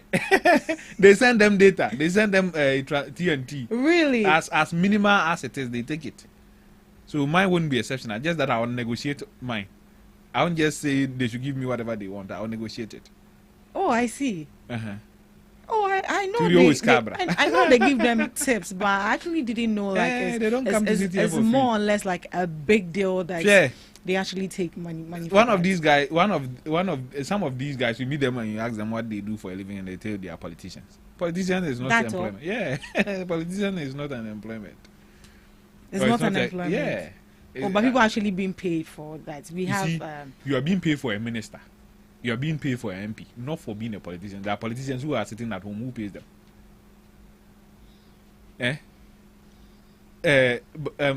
Dr. Baumia is a politician. He's home now. He's home now. Who pays him? But he's still going to take money. He was from who? For being a vice president. That was his job. The vice president. Being a former vice president. That was his job. So he's in retirement. But he's still a politician. No, the politics doesn't pay you. The role you are assigned in politics is what we pay you for. So he being a vice president of the country. He was being paid for being a vice president, not being a politician. But now that he's home, he's still going to take pay, right? Yes, he's going to take some, what do you call it? Solid. No, it is allowance that the state gives to Article 71 holders like the president and the vice president. Oh, okay. When they become former vice president or former president, we have some allowances that we give them for a period of time. No, for the rest of their lives, as long as you are alive. I'm wondering why my dad did not become a politician. Okay, you have to ask him when you get home. Why? If you're enjoying like this, you'll be in the house and you're still being paid. He wanted to enjoy his peace for the rest of his life. But how much is it? That includes his family as well. No, his wife. Why? Of course. You don't get anything. Your wife, no, it's allowance that she gets as either the first lady or the second lady. You don't get paid. And she's going to take it till she also dies. Their wives are not Article 71 office holders. It doesn't apply to them. No. It applies whilst your husband is still in the office. Once your husband exits the office, it doesn't apply to you anymore. That's why, if you could remember somewhere, I think in 2023 or 2022, there was a proposal that the president's wife should be paid, which civil societies and others stood up against. I saw that. Yes. So the wives of the former presidents and former vice president are not entitled to anything. It is their husbands that are entitled to. Because we employ their husband, not them. And not them. Yes, the state employs their husbands and not them. But they, by in a way, support their husband. It could be emotionally, physically. So don't you think the pay should equally apply to them as well? That's not a job. You sign up to marry a man to support him emotionally, physically, and all that. So it is your husband who is supposed to compensate you for that support you give him, not the state. It's wifely duties. Not, I get it. Yeah. Anyway, it's good to have you. Thank you. You're looking good. What is this color called? Is it mauve, violet, or purple? I don't know. Hey, so you just wear it out. Yeah, I don't know. I just wore the outfit. Okay. I'm not good at colors. I know how to combine colors, but yeah, that you're good at. I'm not good at this color is called this color is called that. I just know how to combine the colors and make it look nice. Yeah. I see. You're looking good. Thank you. Prodigal guest. You go and then you come. I've gone and I'm back. You're back. Please, Yes. if the money sum has come, please remember us, okay? If the money come, I'll remember you. If the money comes. So meaning the money has not come? No, not yet. If the money comes, I'll remember you. Let's get into the issues then. But before we get into the issues, so today our two topical issues is going to be the Bank of Ghana losses and also Ghana rejecting U.S. health aid. Those are the two topical issues we'll be looking at. But as you know it, before we delve into the issues, we do just by the way what is actually trending. He's going to be sharing his opinion on that before we get into the main topic for discussion. So for that, was it a day before yesterday? I think it was on Monday, if I stand to be corrected. There was a protest at Weja Bawe, which also the MP also involved in the protest. He led the process. He led it. Yeah. I was actually surprised. Like, why should you be the one to lead it when you should actually be the mediator to, sort out this whole issue and then ask as to why the hospital has been left there. So there was a protest on Monday that the Wejagbawe Pediatric Hospital hasn't been commissioned, and that hospital has been completed for 2 years now. Why hasn't it been commissioned? And this hospital was built by the former president's wife, First Lady Rebecca Ekufu. What are the issues? Did you say it was built by a former president? And she was the one that headed it. And headed what? The hospital. That was what I read. Is that the propaganda they are putting out now? Oh, that was actually what I It is read. not true. She knows nothing about that hospital. She knows nothing. She knows nothing about that hospital. Take it from me. So where are these reports also coming from? It is just, I don't know where they are coming from, and I don't know the kind of research people do before they put out these things on the internet. So as a media house, if you are saying things like that or you are reporting on issues, I'm not saying you because you are reporting on what has already been reported. If you are reporting on issues like that, you should make sure the basis of the reportage, you get it right. There's a World Bank project which has got nothing to do with the GOG, Government of Ghana. But did you also read that? No, I heard it. I personally have not, but I heard people, the MPP folks were saying that, and Mama Rebecca, it has got nothing to do with Mama Rebecca. Why Nema will be dear meaning, but we dear. What the Mama Rebecca? You see, the project didn't even complete in 2024. The original plan of the project was to start in 2023 and finish in December 2025. Okay. That is the original scheduled date for the project.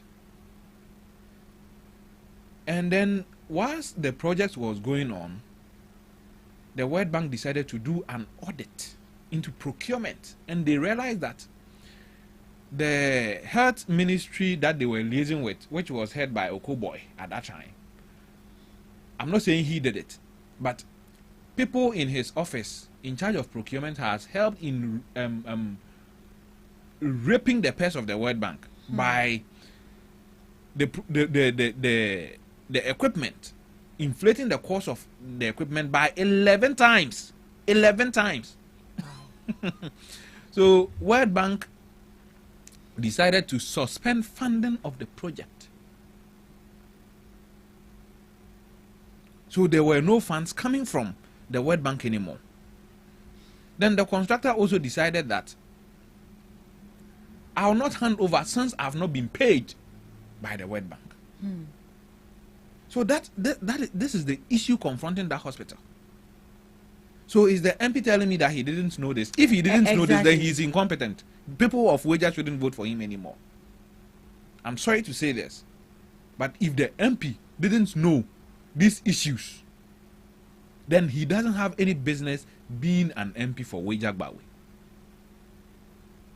Is it that he didn't actually do his research before leading the protest? You see, people are desperate to be heard in the MPP. And sometimes the basic things, they get it wrong.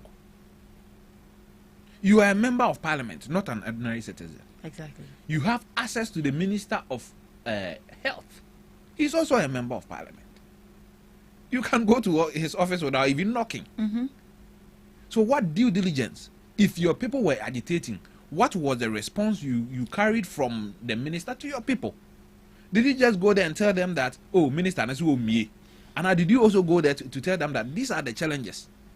You should have explained to your people that these are the challenges. And the challenges were not even caused by this administration. It was caused by your own administration's own corrupt practices. Inflated 11 times.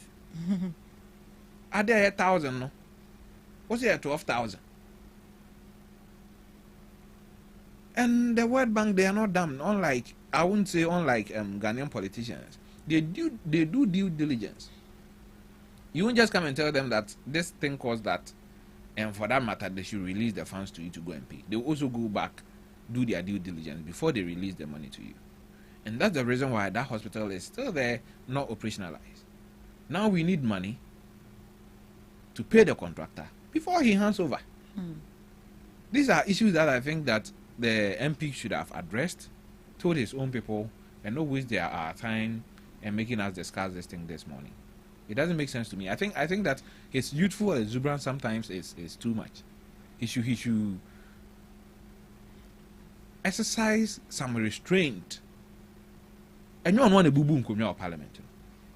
You know the same minister who during the MP who was seen breaking chairs and speakers microphones in parliament. Yeah, he's the one. And you see that's Sasem Nakusi saying. The parliament commissioned a committee to investigate it. They even suspended some MPs and later they revoked the suspension and all that. Sasem Nakusi saying. If people misbehave and we don't punish them, this is the kind of things that we get. If he was punished,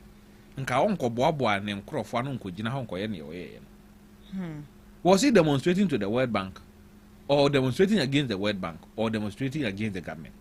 I don't think government project. Yeah. So, like, even the World Bank, even if the contractor hands it over, the World Bank must hand it over to government. To government. You get it? So that process hasn't been even of course.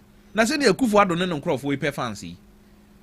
And anka hospital we move 2024 until command commission and move free aban. Hospital grant near you say we are. Omo commission here. There are hospitals in the Asante region that were not complete. The contractor hadn't handed over.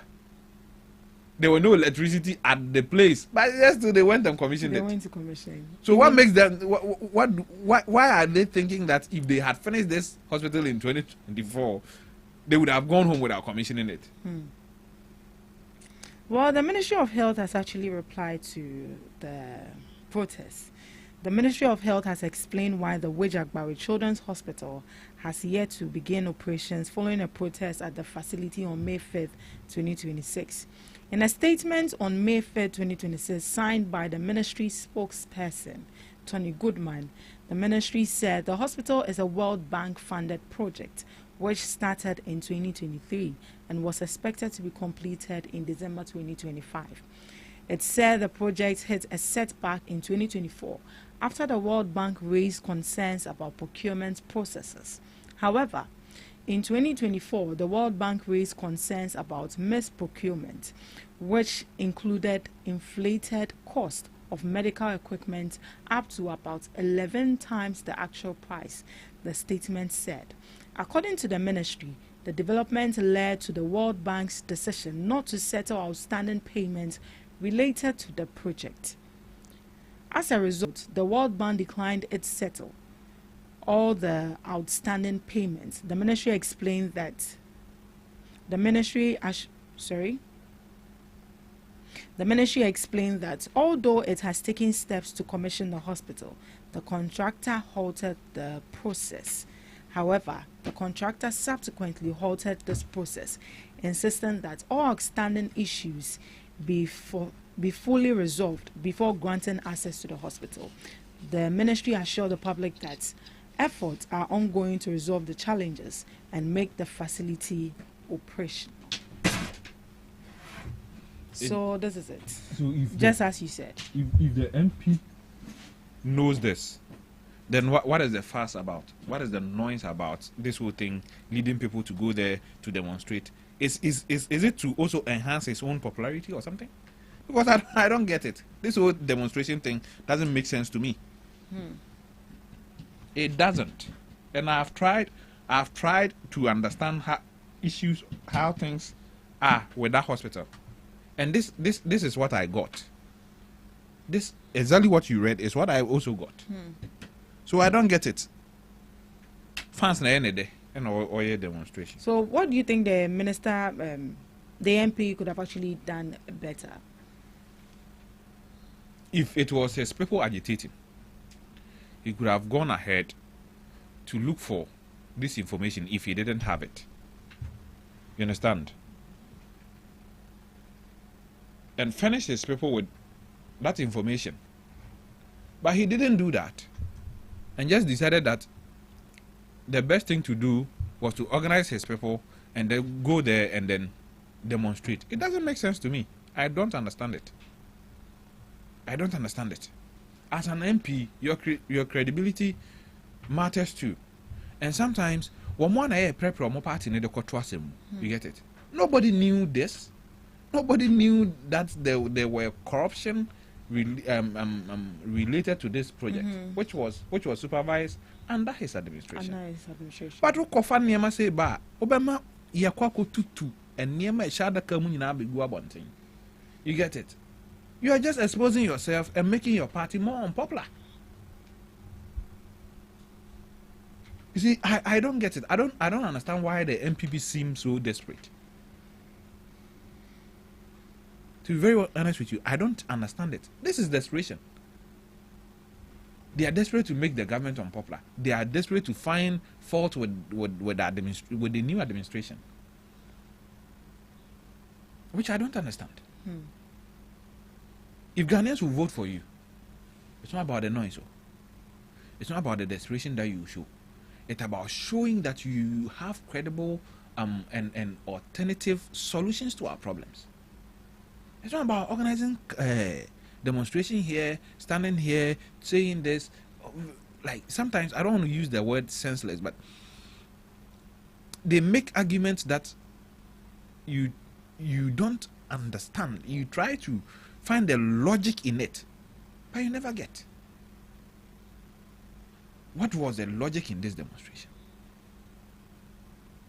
That they were told, granted that even the people were ignorant, the people who decided to demonstrate were ignorant, and said it was Mami Rebecca who did it. Exactly. What about you, the MP? Those were the statements, and they were calling President John Dramani Mahama to come and commission the hospital. Mami Rebecca say Mami Rebecca that's all. What Fred John Mahama say Mami Rebecca these things doesn't make sense. Would you say that you are disappointed? Oh no, for me that guy I've always known that Master Bibi Papa be and free no more. I don't want to use harsh words to him, but from the very day that he misbehaved in Parliament, I've always known that he's just trouble. Not trouble. He's empty. All right. So the hospital, the issues about the hospital, I believe you already heard as to why that hospital hasn't been commissioned. Now, moving on to our next issue.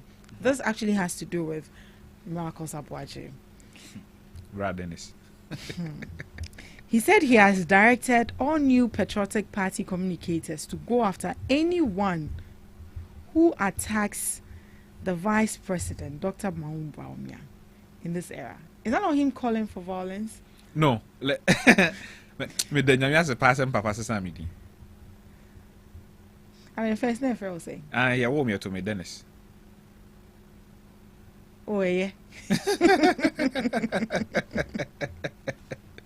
Me the nyamia se pass sesa midi. I didn't like. I always no. It's okay. You let me go into the matter and leave the name somewhere. You see. Who is Dennis Miracle Abuaje? Who is he? He's actually an aide to the flag bearer. He's an aide to the flag bearer. Yeah. And he has the powers to direct communicators on how to communicate. I think he's the leader of all the communicators, Anna. How? Yeah. No, he's not. He was the communication director for the 2024 campaign. That's it. So now the campaign is done. Okay. So he's an ordinary communicator. He's under Richard Ahiagba, who is director of communications for the entire party. So who is Dennis Miracle Abuaje to direct somebody? You see why the MPP party? These are the reasons why MPP party, the chain of hierarchy, the chain of command is broken. Abubu, I say, his mandate ended the day we declared elections in this country. The day we declared that elections, Baumia Luciano, Sadana or Baumia mandate as a flag bearer and the communications director of the 2024 campaign ended. Baumia Baye, new flag bearer, what is what appointed communication director? No.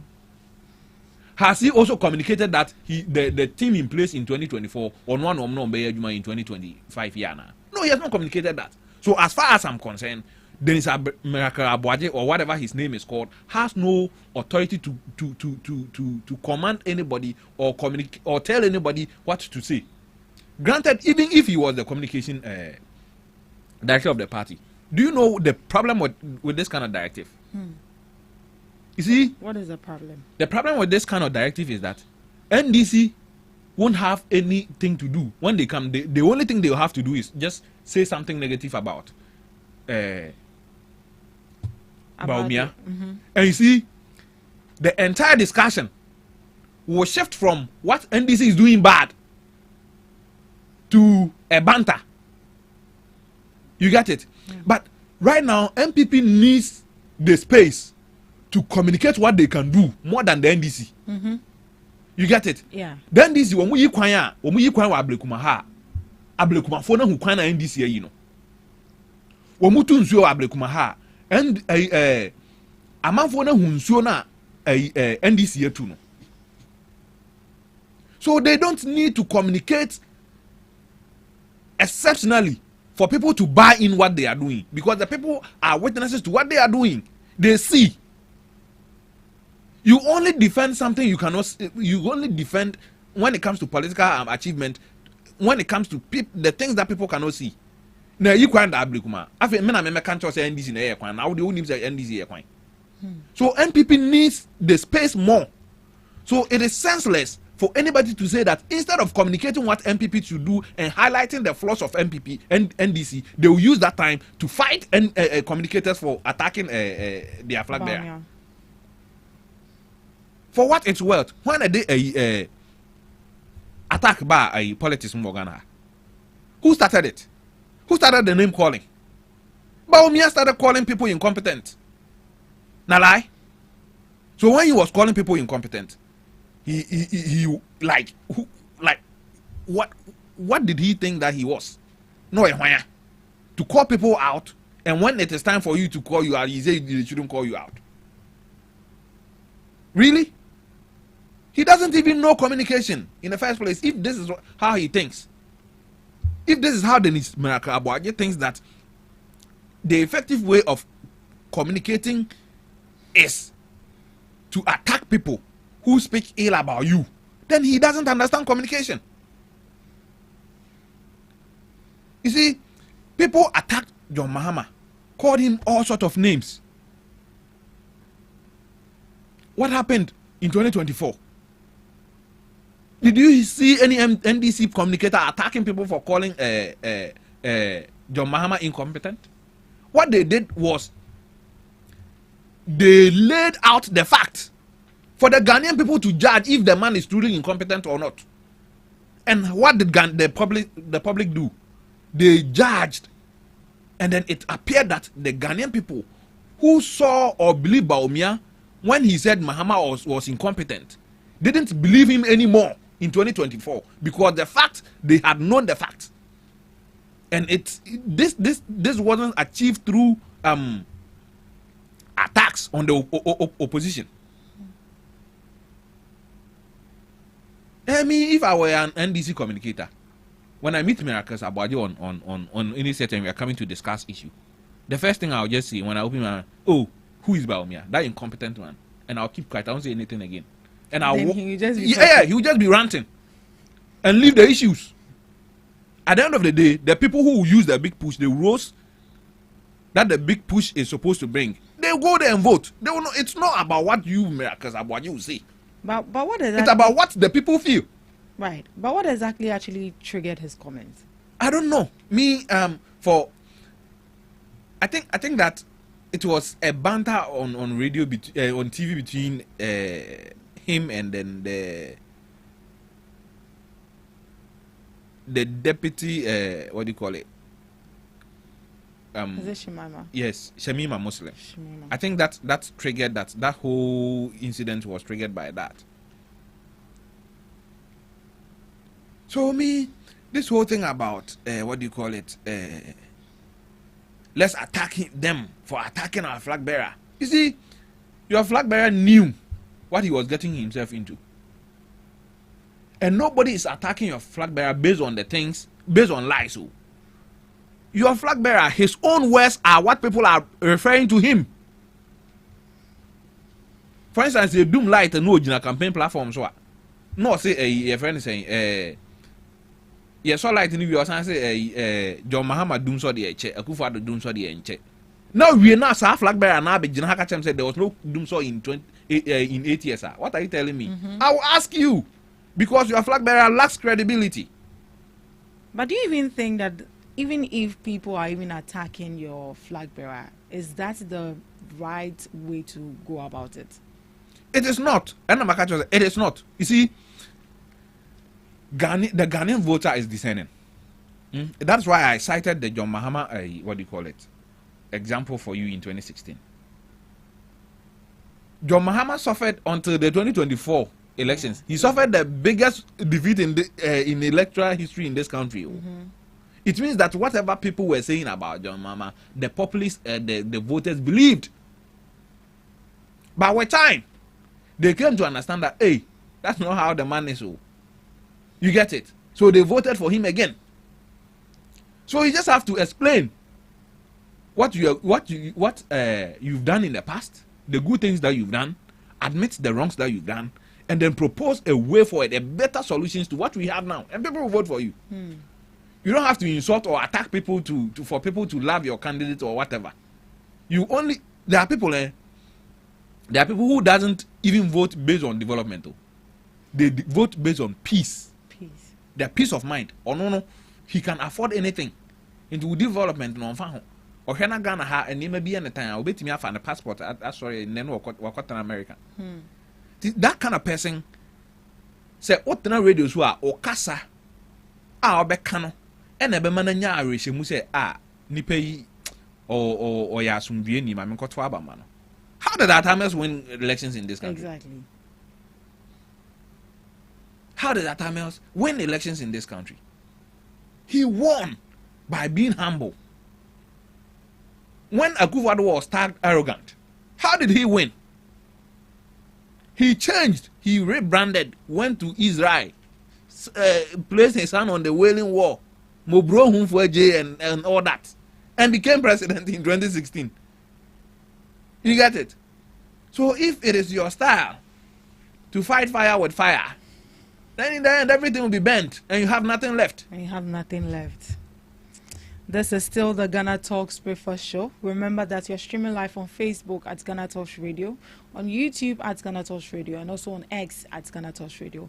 Do also send in your comments. Let's get interactive and engage with us right here on the Ghana Talks Breakfast Show. At this juncture, we are going to be delving into the main topic for discussion this morning. For our first topic, we will be looking at the Bank of Ghana losses. Mr. Dubik, the Bank of Ghana losses. Yesterday, I was actually reading, and it has to do with a lot of calculations, and then, it got very bulky and very overwhelming. Yeah. Today, you are going to be teaching us. So, were you able to finish with the calculations? Oh, I wasn't able to, because as it stands now, we have, per the reports we have, Bank of Ghana says they recorded a loss of 15.63 billion Ghana cedis. But minority is also saying that they made a loss of 44 billion Ghana cedis. And as it stands now, we don't know where they are also getting their figures from. So tell us, what is actually happening when it comes to the Bank of Ghana issues? Okay, so let's establish this before we proceed and say anything. Okay. Let's understand what the core mandate for the Bank of Ghana is. The functions of the Bank of Ghana. Right.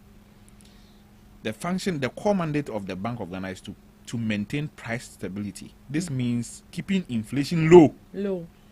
That is their responsibility. Yes. Keeping the inflation low and stable so that the value of the money does not fluctuate unpredictably. All right.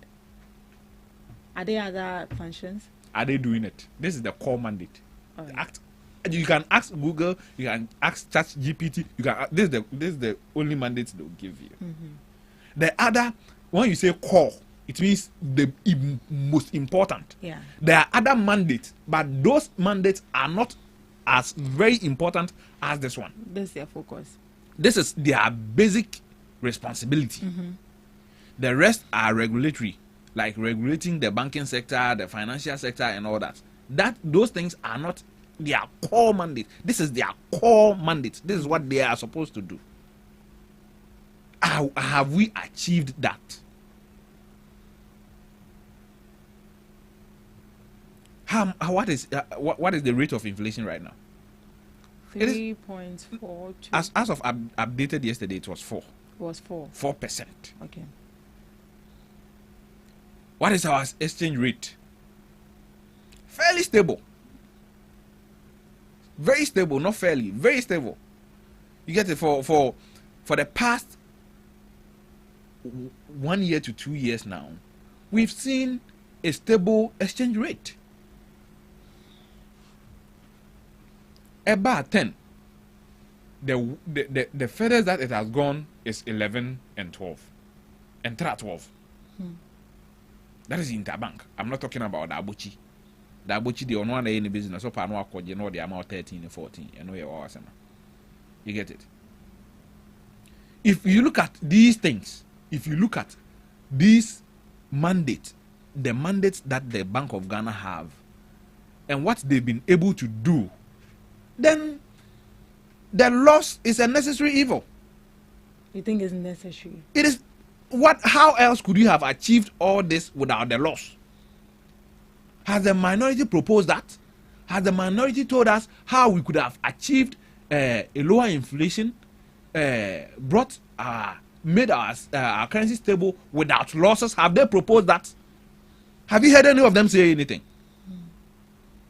I've seen love letters to the IMF, but I've not seen anything like that. I'm yet to see that. And if they tell me, I'll ask them, why didn't you do it when you were in office?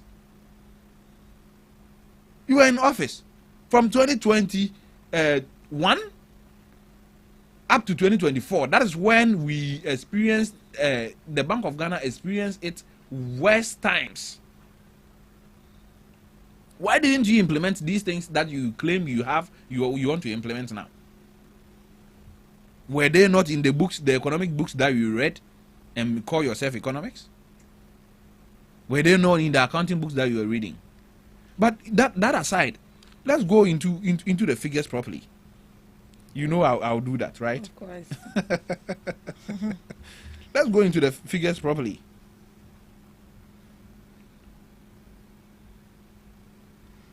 You see, let's start. Let's do something. Let's take the 2024 economic indicators. Then we compare it to the 2025 economic indicators. Okay, so in 2024, the economy grew by 5.7. Inflation was 23.8. 23.8. Yes. The cedi depreciated by 20%. Lending rate was 30%. So if you go to the bank to get a loan, the interest that was calculated on was 30%. Debt to GDP ratio was 61.8.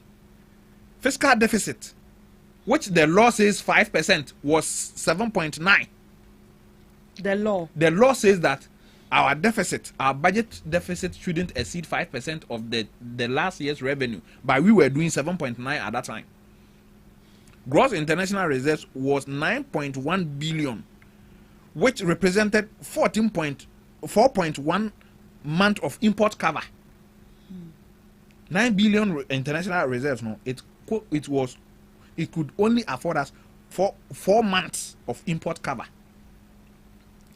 Cedi was 14 cedis to $1. I'm being charitable. Others are using 17, but I decided to use 14. Capital adequacy ratio was 14%. The law also mandates that it should be 13 for the banks, but it was 14. Non-performing loans was 22%. Policy rate was 27. 90-day treasury bill was 27.7%. Benchmark lending rate was 29.3. These are the figures from 2024. These are not my figures. This data is sourced from the Bank of Ghana website. You can find it there if you want to. Yeah. Now, there were mechanisms that were put in place to make sure that we reverse this trend that I just read to you.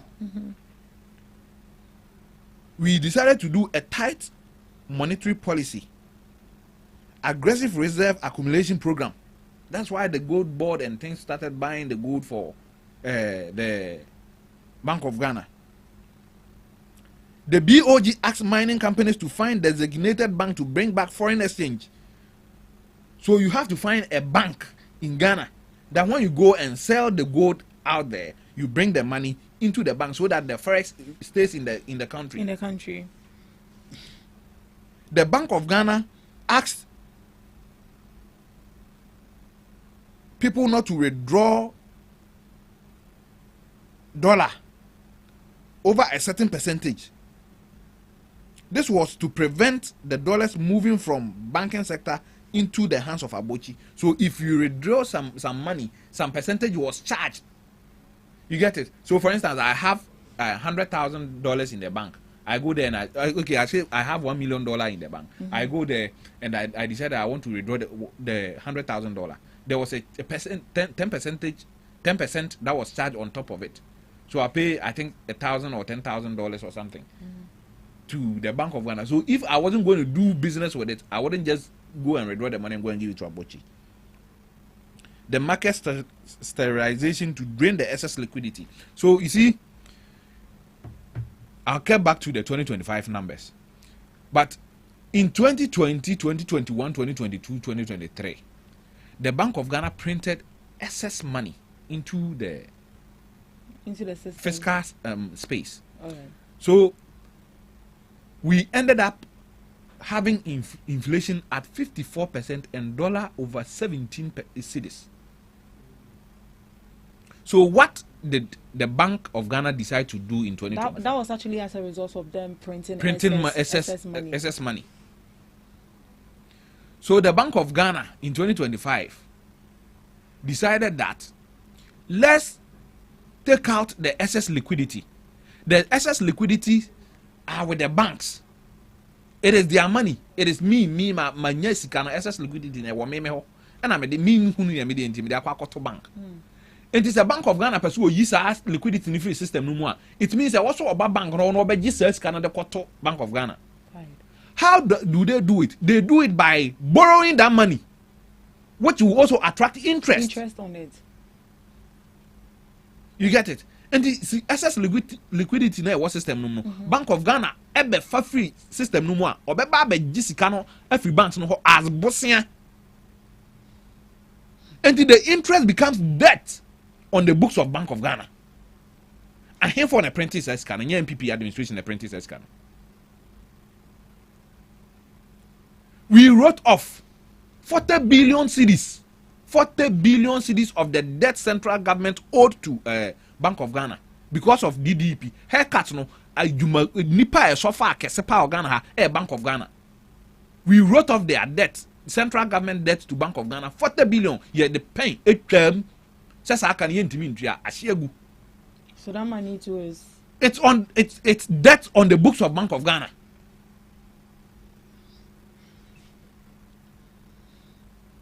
Issues that the Bank of Ghana has suffered in the past from 2020, 2021, 2023 won't take one and a half year to resolve it.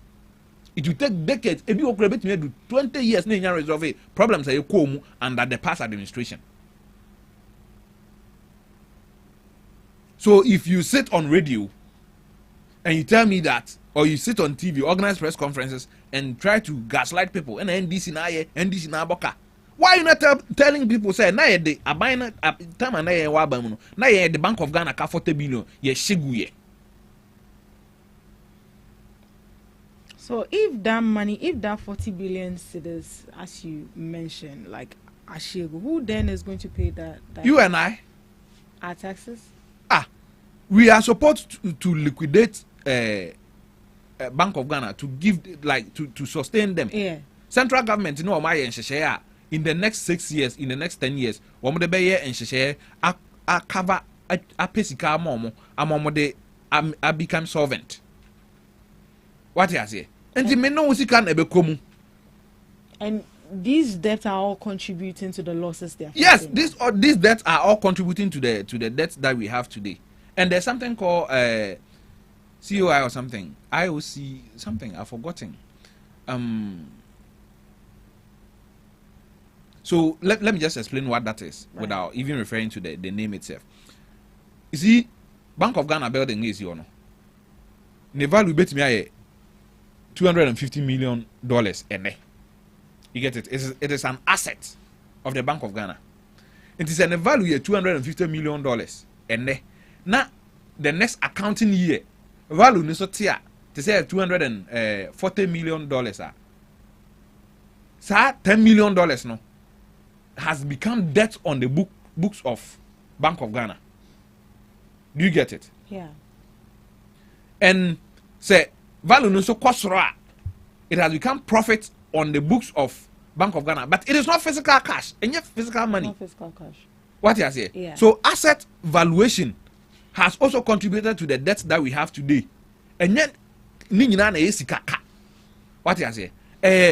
Asset be an value so at exchange rate losses ni ade ninyina be kika bom na yenya answer amana yaba benya sa aka we da ho.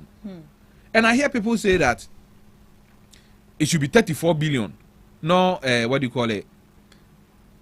15 billion. So how much? You had 34. What was it? A busy 44 and I said 44. So how much? No, because accounting. Accounting principle. What did they add up to get the 44 billion? And they are saying that minus the gold reserves now. The gold reserves now. You know, you see a new free one again. And now who here you jam more. Gold now the moment also on the ornamental decorations and only the creative Bank of Ghana. The gold reserve was bought because the gold were bought because you said that's a banny and what we will dispose of that asset to sort the issues. So what kind of calculation is that? Na nye bia me wa na ndwe miensa na me bayare na me ton na ntwene de kwasa me ba yade a wo se ade nti na ma ton na ntwene de akwa kwasa me ba yade nka me nko pesika foforo e o ba bi mfa me sa me ba ne yade assemble na okay abrame wo japade wo ho a metimi aton e de twitwa me ho Kojo Nkrumah used to be credible. But as I say, he was here in politics. He said we shouldn't politicize the whole issue. But he's the one politicizing. Who is politicizing it? I'm only personalizing it. Me have not politicized anything. I'm only now talking about his competence to even analyze the issue. So me, I'm personalizing it. I'm not politicizing it. Right. We hear comments such as the Bank of Ghana is actually not supposed to make profits. But looking at the money that they've lost, shouldn't we be worried? It is not a profit-making institution. Let's get that fact right. So in the end, one will say that yes, a nyam faso, but not so interested a boka. You get it?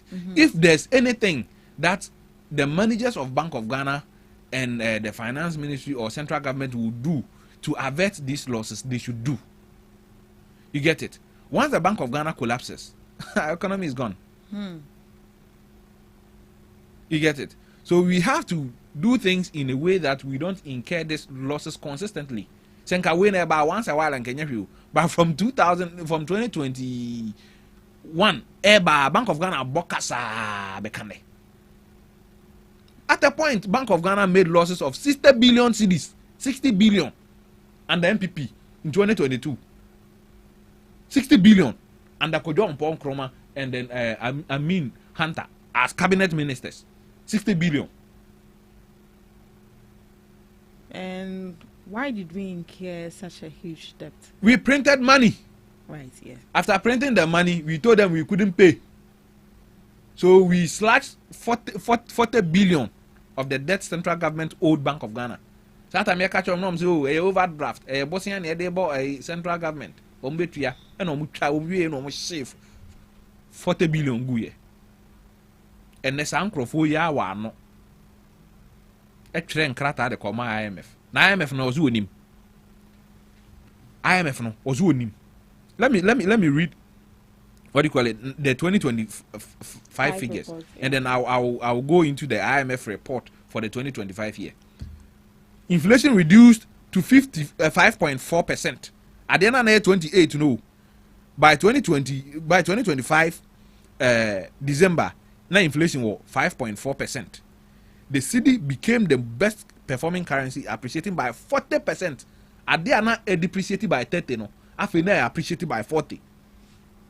Lending rate decreased to 20%. In now, Bobesian or Banga, first near you interest of 30%. It's that time no near after the near you 20%.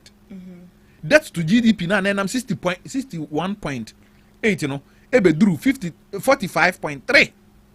International reserve it drew 13 billion, 9 billion, 13 billion. And this I can't win, you know, make kasa figures when you know. What I'm trying to say is that the policies the Bank of Ghana implemented worked. It was to reduce the economic indicators and make them better, and they actually achieved it. So it was a necessary evil. And the IMF, that MPP or Hunter is reporting us to, even acknowledges these things that the Bank of Ghana has done to stabilize the economy. Let me find it. I think I have it somewhere here.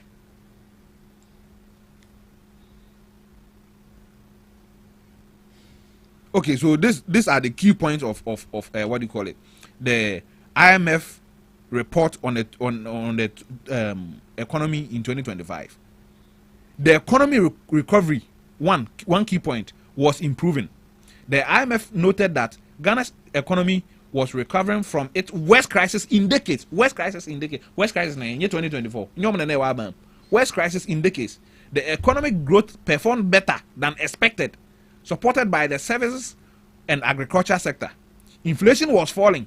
Inflation, which had been very high in previous years, began declining steadily in 2025. Wow. The IMF and the Bank of Ghana highlighted renewed disinflation and improved price stability. the city and external sectors improved. Debt restructuring remained central. The IMF emphasized that Ghana continued making progress in restructuring its external debt with official and commercial creditors. And let me talk about the fiscal discipline. Fiscal discipline was still required. It means that enuntina debiana among for say security system you hear MPP people say that you need to be disciplined to make sure that economy no emubu kra. This is IMF and so no mun sem na maka bi akere no IMF na mean hunter say or three letter come on report Ghana man no e mo no mun sem ebinie. So we can actually see that in a short while we've seen the economy improve. It has improved significantly. Would you say that the NDC actually rushed to improve the economy or to recover it? That has actually led us into such a huge loss with the Bank of Ghana. Couldn't they have done it bits gradually? Yes. We needed aggression to deal with this issue. It became a cancer. And if you are treating a cancer, you don't treat it with kid gloves. You need to be aggressive. You need to adopt the aggressive treatment method to be able to deal with cancer. You see, NDC could have left inflation at 23%. Mm-hmm. They could have left the dollar at 14, 15, 16, even 17. The books of Bank of Ghana would have been better. Mm-hmm. What about the ordinary Ghanaian? So it's a sacrifice. The Bank of Ghana there is not 787. It's supposed to serve the people of Ghana. The people of Ghana. So if the Bank of Ghana can do something to mitigate the sufferings of Ghanaians, they should do it regardless of the cost. Petrol soto and MO. Oh, yeah, I enjoying. Do you know why petrol has gone down? It is the exchange rate. Mm-hmm. Sometimes I hear people say international markets and exchange rate also plays a crucial role in the reduction of fuel prices. And this exchange rate fuel prices cost right. It affects everything, including body and banche. Cover free grass baby dino hano. Ne boy dene. Kaska boy dene. Manufacturing sector. Because if you say our energy, even electricity, is dependent on fuel. Don't wanna dependent on fuel. Akoso mbona yenye fuel no, 1,000 megawatts. Nia Canada do wanna fuel. In the fuel boy dia, affect bibia o man win. So fuel no so boy be dia na say no boy be for exchange rate no so. If you need fewer cedis to convert to more dollars to go and buy more fuel. Fuel no more bearful because when you bring it back, you are returning it into the city economy and it will be easy or it will be cheaper. So should we hope that in the coming years we don't see such a huge loss again? It depends. On what exactly? If we are able to consolidate our gains and stabilize the economy, now man you're reckless.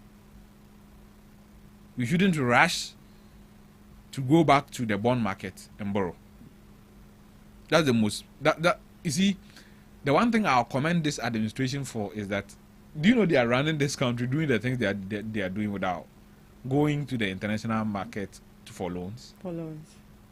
I've been following parliamentary proceedings. I've not heard any loan approvals in parliament for over a year. Minti bi so bi ati on country me. So I think that it is something that we can all do. The Bank of Ghana should make sure that, in as much as their core mandate is to stabilize prices, and then make sure inflation is on a low. If there are other methods, I won't sit here and pretend to be an expert. I'm not like Dennis. But yeah, Dennis. I'm Stephen.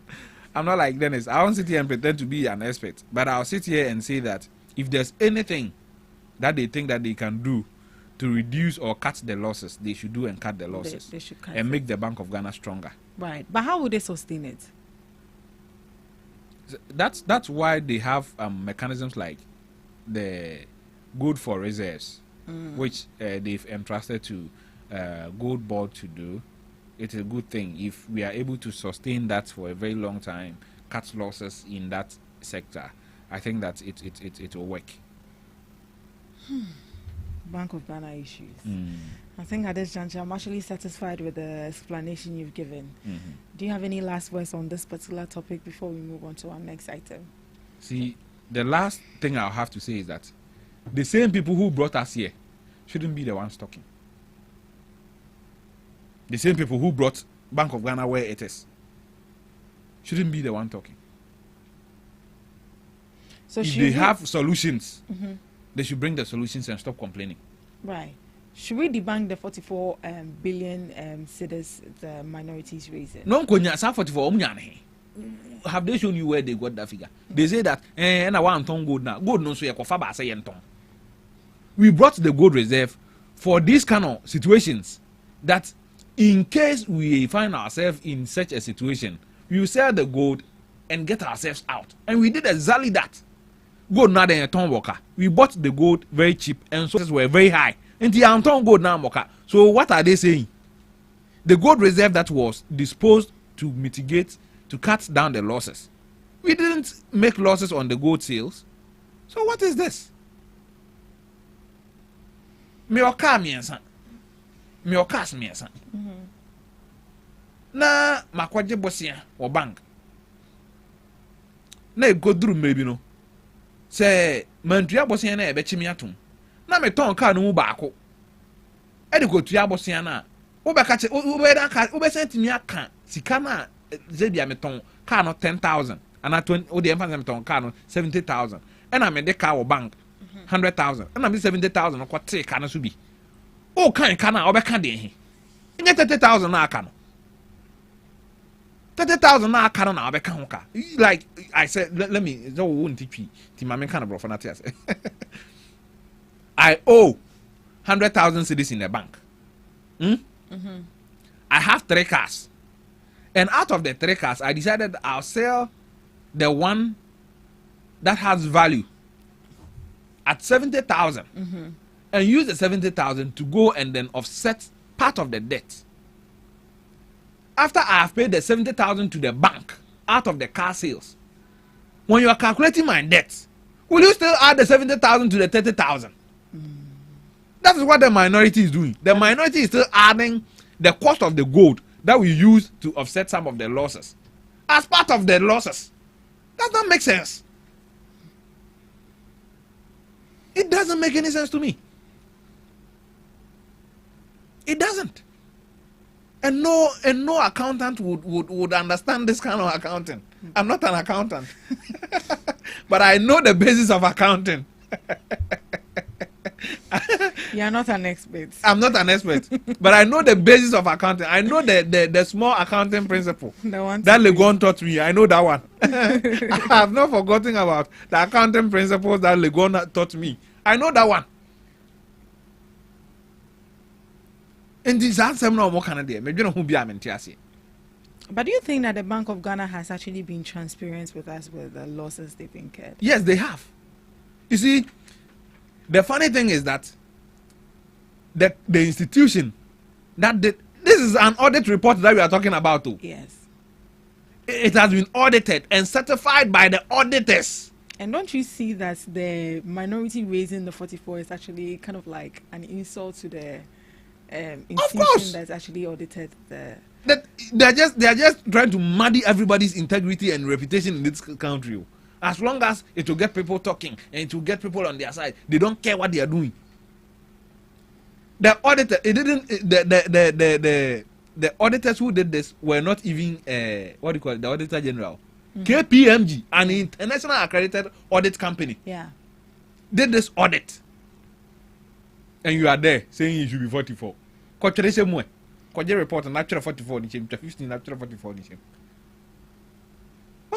of politics is this? Na sani air politics. Sani criticize the government. Is that how you do it? They are not. They are just muddying waters, throwing things about, and looking for what will stick. You get it? Yeah. They are throwing things about and looking for what will stick, which I don't get. For my short stay on earth, politics and politics. Of course, I've never seen that. Because I owe somebody, I sell an asset to go pay part of the debt or to offset the losses. Then you tell me I shouldn't calculate the asset that I sold. I should also calculate the asset as debt. Like, really? The asset is there for that purpose. The asset is there for that purpose. And at the end of the day, if I dispose of the asset to offset the losses, and no one, that is the asset is just performing its functions. So I don't understand any of this. Bank of Ghana losses. We are just hoping that in the coming years to come, we don't incur such a huge debt as we have. But at least we've seen the results of the loss. Of course. So we should rather be concentrating on the results. The positives. The loss has actually brought to us as a country. In as much as we are also focusing on that. We should also be worried about it. We should be worried about it also.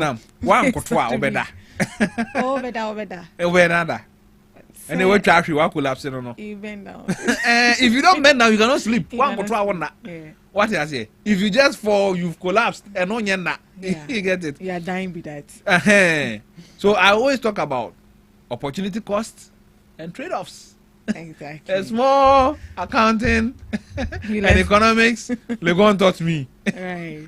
Thank you so much, Mr. Dupree. Thank you so much for that brilliant submission on the Bank of Ghana losses. We are streaming live on Facebook at GhanaTalks Radio, on YouTube at GhanaTalks Radio, and also on X at GhanaTalks Radio. Do well to send in your comments and get interactive with us right here on the GhanaTalks Breakfast Show. At this juncture, we are moving on to our last and our final topic for discussion. And this actually has to do with Ghana rejecting U.S. health deal, or let me say aid.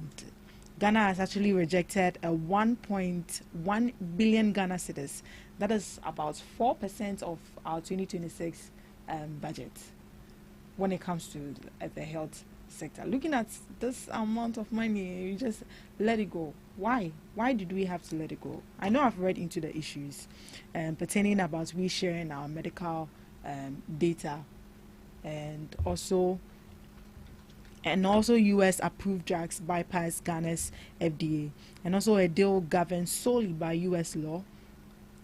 These are actually part of the issues as to why we actually had to reject 1.1 billion Ghana cedis from the U.S., which is also a 4% of our budget for the health sector. Was that big? What is the name of that program? Is it a bold step of which program? What is the name of the program? The aid. The aid. They call it American First. Yeah. American First. That's what they call the program. So it means the priority is not even on we the ones receiving the aid.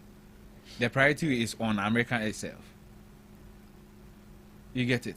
Yeah. Our data loss in this country bans us from sharing our data with external sources.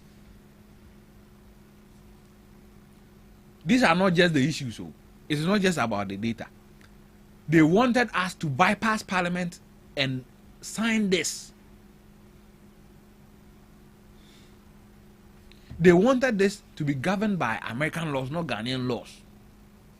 They wanted us to commit $70 million in return for $109 million. What is the difference?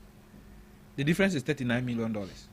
So if I have $70 million to commit to it, why don't I just find $39 million and use it to do what the $109 million you are giving me could have done? So you think that's actually a bold step? It is. We took.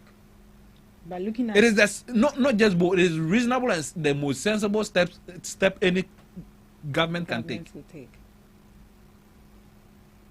You get it? And even the 70 million that we are going to do, we were supposed to pay the 70 million down. But when it comes to the 1.1 billion, which translates in dollar terms $109 million, they were going to do it in trenches, subject to their Senate approval. So if after we've given them the 70 million, they take it to their parliament, and their parliament doesn't approve it, we are not getting the money. So it's like mini woody agro. Me say, oh, me wo fufu ama. Na fufu na me wa ama no. Ho bo ebeduru be 500 cedis. Na emom fa banche no bode ho bo be 300 cedis bra. Na me no wo de sa banche no bode no be duru a. Se me penimpo a fufu na age se papa na me ma me ate ase ansa. Nso ma je wo banche no bode ne dada. This was the kind of deal American was bringing to us. And we had to reject it. Yes. And they were going to use our data. What were they going to use it for? They were going to give it to their pharmaceutical industry to research and make drugs based on that data. And in the agreement, they said that they were going to use the data as they deem fit. Once we give them, we give them the data, it was not in our hands to determine how our data was used.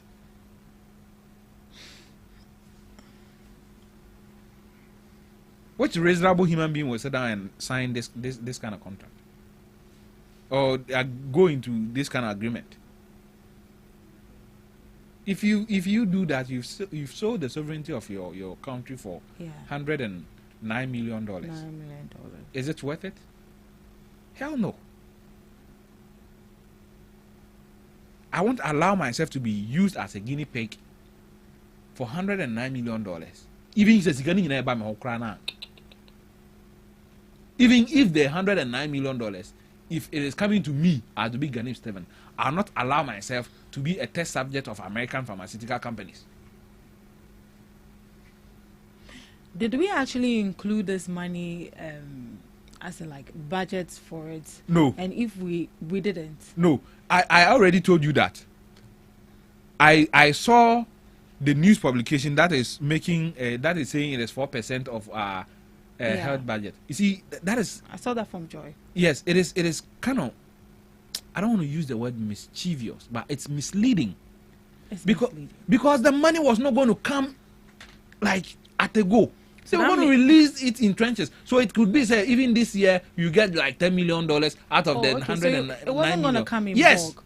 And yes, like, yeah, they are doing to so. Ebe bank it. Oh, okay. And in the Omuba approve or more Senate or no. And the Beba Ghana. So a corner Senate approve or more $5 million. $5 million in a year. So if that money wouldn't have come, it wouldn't affect us in any way. No. Oh. This year's budget, that money wouldn't have. You see, even when they reduce US aid, we found a way to survive. To survive. We thought outside the box and uncapped and uncapped the national health insurance.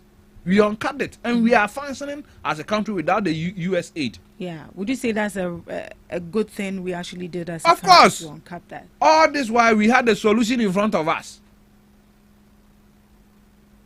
We launched Ghana Beyond Aid. Yesterday we were going there to beg. When we had capped NHS, what do you call it? What do you say? Help me. NHIS. Yes. We capped it, and we sat down and we went there to do lala sulala, beg them. So if they decide that we will not enter into this agreement, I'm sure that they thought about it. They've looked at all the necessary avenues available to us that wouldn't make us suffer. We cannot always depend on them, beg their aid, You see, America will not give you an aid if it doesn't benefit America. Conditions. You get it? Now, what's me yare o ma me aduro na ma no mo a. What's say me fa me lab report mre wan sa ma me aduro na ma no. Onso ni me yade dada. If you're going to give me food aid, instead of giving me the food aid, give me the tractors that made you food sufficient. Don't bring me the food. They won't do that. If America wants to help Ghana by bringing their medicines, which they think is superior to ours, they should give us the formulas in preparing those medicines and give us the technology so that we make the medicines right here in Ghana. Ourselves. What is all this? We are actually not the only country that has rejected it. Other countries have accepted it. Yeah. Did they read the conditions? They did.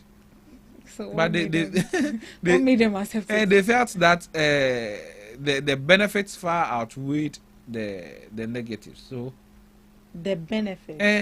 So I get 190, we get 300 million there. So each country and the money that has been assigned to that will be disbursed to them. Yes. It be there 300. It be there one. So assuming ours was that huge, do you think that with this they should have still rejected it? I would have prayed and hoped that they reject it. Even if it was that huge. Yes, even if it was billions of dollars, even if this money was going to help us do the 24-hour economy, which is $4 billion, they should have still reject it to protect the sovereignty. Of course. Of our health and our data as well. I was actually going to ask if we have rejected this money, how are we going to fill in the gap? But it actually, from your submission, it actually looks like it's not something that we were overly relying on. Yes, we are not relying on this thing because even the money that was going to come, it was going to come in trenches. You cannot base you on projection. How much do you know they are going to send you, they are going to give you at the end of the year or from the beginning of the year? So you cannot make your projections based on that. So I don't think this would affect or impact us in any severely as people are trying to make it look. It was the right choice, it was the right decision, and I agree with them 1000%. Right, but is this in a way going to affect us getting access to vaccines? No. Vaccine no and so you need counsel because Ghana health. I don't know if you've read about the reports as to why Emisa died. I haven't actually read the report, but I've seen the summary of the report. That should tell you that we need help when it comes to our health sector. The help can only come from us. The things that we've done in the past, you ambulance, not a friend saying, yeah, ambulance na ya tono. Cement. There be cement BP machine near the checky BP na say ambulance. Do you know it's in the report? That one of the equipment that was supposed to check vitals were not functioning. We're not functioning. So mostly it's not about money per se. It's not about money. It's about how we maintain things and the kind of system that we are going to build. Wrapping up on the issue of Ghana rejecting U.S. aid, your final words on that, please. Okay, so it was a good thing that they did that. It's laudable. And you think it's not going to affect us? Not even in the future. We will deal with the impact later. Later? Yes. When the impacts come, we will deal with it. But as to selling our sovereignty for $109 million, abba. 1.1 billion Ghana cedis. Million. 1.1 billion Ghana cedis. Abba. $109 million. It's not enough now. We can't sell our sovereignty for all the money in the world. What if you give them wrong data? Huh? You want to give them wrong data? Wrong data. They will come for us. Because you didn't fulfill part of the deal. Of course. Right. Now, moving on to Misa. Hearing the story and then reading the summary, as you said you haven't really gone into details. of the reports that was actually presented. How do you feel about the whole situation? We've done that man very bad. Seriously? Yes. We didn't help that man. Medical neglect. We let the man down as a country. And it saddens me. The other time I said it here, it can be me, it can be you, it can be anybody. You get to a hospital and a doctor or somebody at the front desk can tell you there's no bed, so go and die. What kind of system is that? Is it a system or is the mindset? It's the sometimes you need more bromanipa. Empathy in our hospitals is gone. This one they say we did a small case. Hey, did you hear about the Kaswa woman also, the pregnant woman that also died due to the nurses not attending to her as well? See, I've not heard about that one yet. Oh, she died with a baby. You see, we are not helping each other as a country. The empathy is not there. In the hospitals, when you go to the hospital, the way the nurses, you see, you are not feeling the pain. So don't tell me where you get to be. You get it. You get them. I get them. You are not feeling the pain. I'm the one feeling the pain. So don't sit there and assume that, oh, this is a minor pain. Help me, give me first aid. If you cannot take care of me fully, give me first aid and send me to the nearest hospital. Refer me to other health center. Don't keep me there. Don't tell me there's no bed, so I should lie down and die. Because people die every day, it's normal to you. No, it's not. We cannot normalize these things. And see, one thing that we are not doing as a country, right? I don't know that if I should collapse in this studio right now, there's anybody here who knows first aid as to how to deal with such situations. Nobody. If I collapse in this studio, I'll die here. But we took you to, we've all gone to school. And the only thing our schools were focused on is find eggs. Pass off as a butterfly. So you say our education system has also failed? Of course. Go on YouTube. Check American schools teaching children of emergency treatment procedures. Emergency first aid procedures. Go on YouTube, you see them. And crank it and get it. Normal you so dummy. O trashia resuscitation. You say ube mianha usa nitrakia be waha. Like they will teach you all these things. Me say even nurses don't know these things. Nurses don't know these things. And you will be trashia we don't even know how to lift that kind of patient. In super minimal. There are procedures how to lift them, how to put them, how to align them so that they don't suffocate. We have to learn it, we have to teach it. And we must make it compulsory in our educational systems to avert all these things. Can you imagine that the wound of the guy was not even packed by the ambulance service? They didn't pack. It was left like that. You see, the guy was bleeding. Yeah. So what you do is that they call something packing. You need to pressure. Yeah, pack it and put pressure on it so that the bleeding will stop. They didn't do any of it though. They just conveyor belt. One day, yes, will be car will be into your tamatum. So that should actually tell you that all those people in the ambulance don't even know their job. They just conveyors. Yes, hospital. That's all that they do. Not that they don't know their jobs. So they didn't teach them what they are supposed to do. They were not taught. The only thing they do is carry the person to the hospital. How to even administer proper first aid is a problem in this country. But we have nurses at home waiting for job. Waiting to be posted. Are they not taught the same thing the ambulance, the nurses in the system are being taught? It is the same thing. Garbage in, garbage out. So it doesn't matter whether they are sitting at home. Even if they were posted at the hospital, these things could have still happened. It would have still happened. So the problem is our system and Yes. also our mindset. It's our system, mostly our system and our mindset. And our mindset. Because nipa na be run the system no. What I say? Nipa na be run the system no. We don't even have an emergency management system.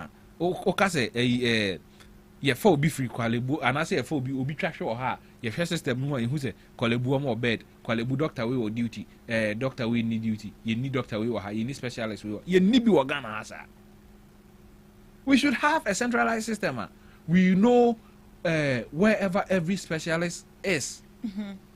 What you say? It is a band specialist. Jato ana menya memfasa amba jashishi obi wa ha na ye fanwa yenim say ye de na call a UGMC e ho na band specialist wo at this time. Okay, UGMC specialist no ni ho kolebu na ebi wo at this time ye fa no ko. But ye nya fa say wa hwehwe ne de hospital bia na de ani kire say more specialist, o mu ni specialist. Yeah, no one said we can't build a country like that. So there should be like a digital system that we of could course. Actually track where all these specialists are. Now we know so now me a QR code they to watch. Hey. No we no the QR code no the go jina anti muni watch ho a owie ya born boss. Hey. Owie ya born bo tiem hey. Dennis for Hank and Mahuna man. You have a ball. I mean, can't be. They will beat you. All these things were there, but he was so fixated about card way and fan say card way. Digitalization is not about cards. Digitalizing a state, a country is not about cards. And an airport here e-gate in a head. Airport here e-gate I miss a wound and fast in your free. Would you say that we are not actually tackling our priorities? Massa, madam, me from. You see, and one wakano. We have this challenge, but we decided that we want to use drones to deliver medicine. Between this challenge, between having this system and having a drone, which one is better? I think which one will save more lives? The system, but the drone will also save lives. What is? I'm not saying that the drones will not save lives. So I'm saying that having this system in place. Of preference. Yes, this system in place. Say, emergency siwa we have a centralized system. You need say, Sabri, you don't call UGMC specialists not any ho, but call a book specialist for her, and we will not waste time to go to UGMC for them to tell us that there's no specialist, so we should go back to Kolebu. And none about boy and chain drone na na if you reach na condoms na deliver no. No, it's in the report. The Minister of Health in the report na say drones na we na deliver condom.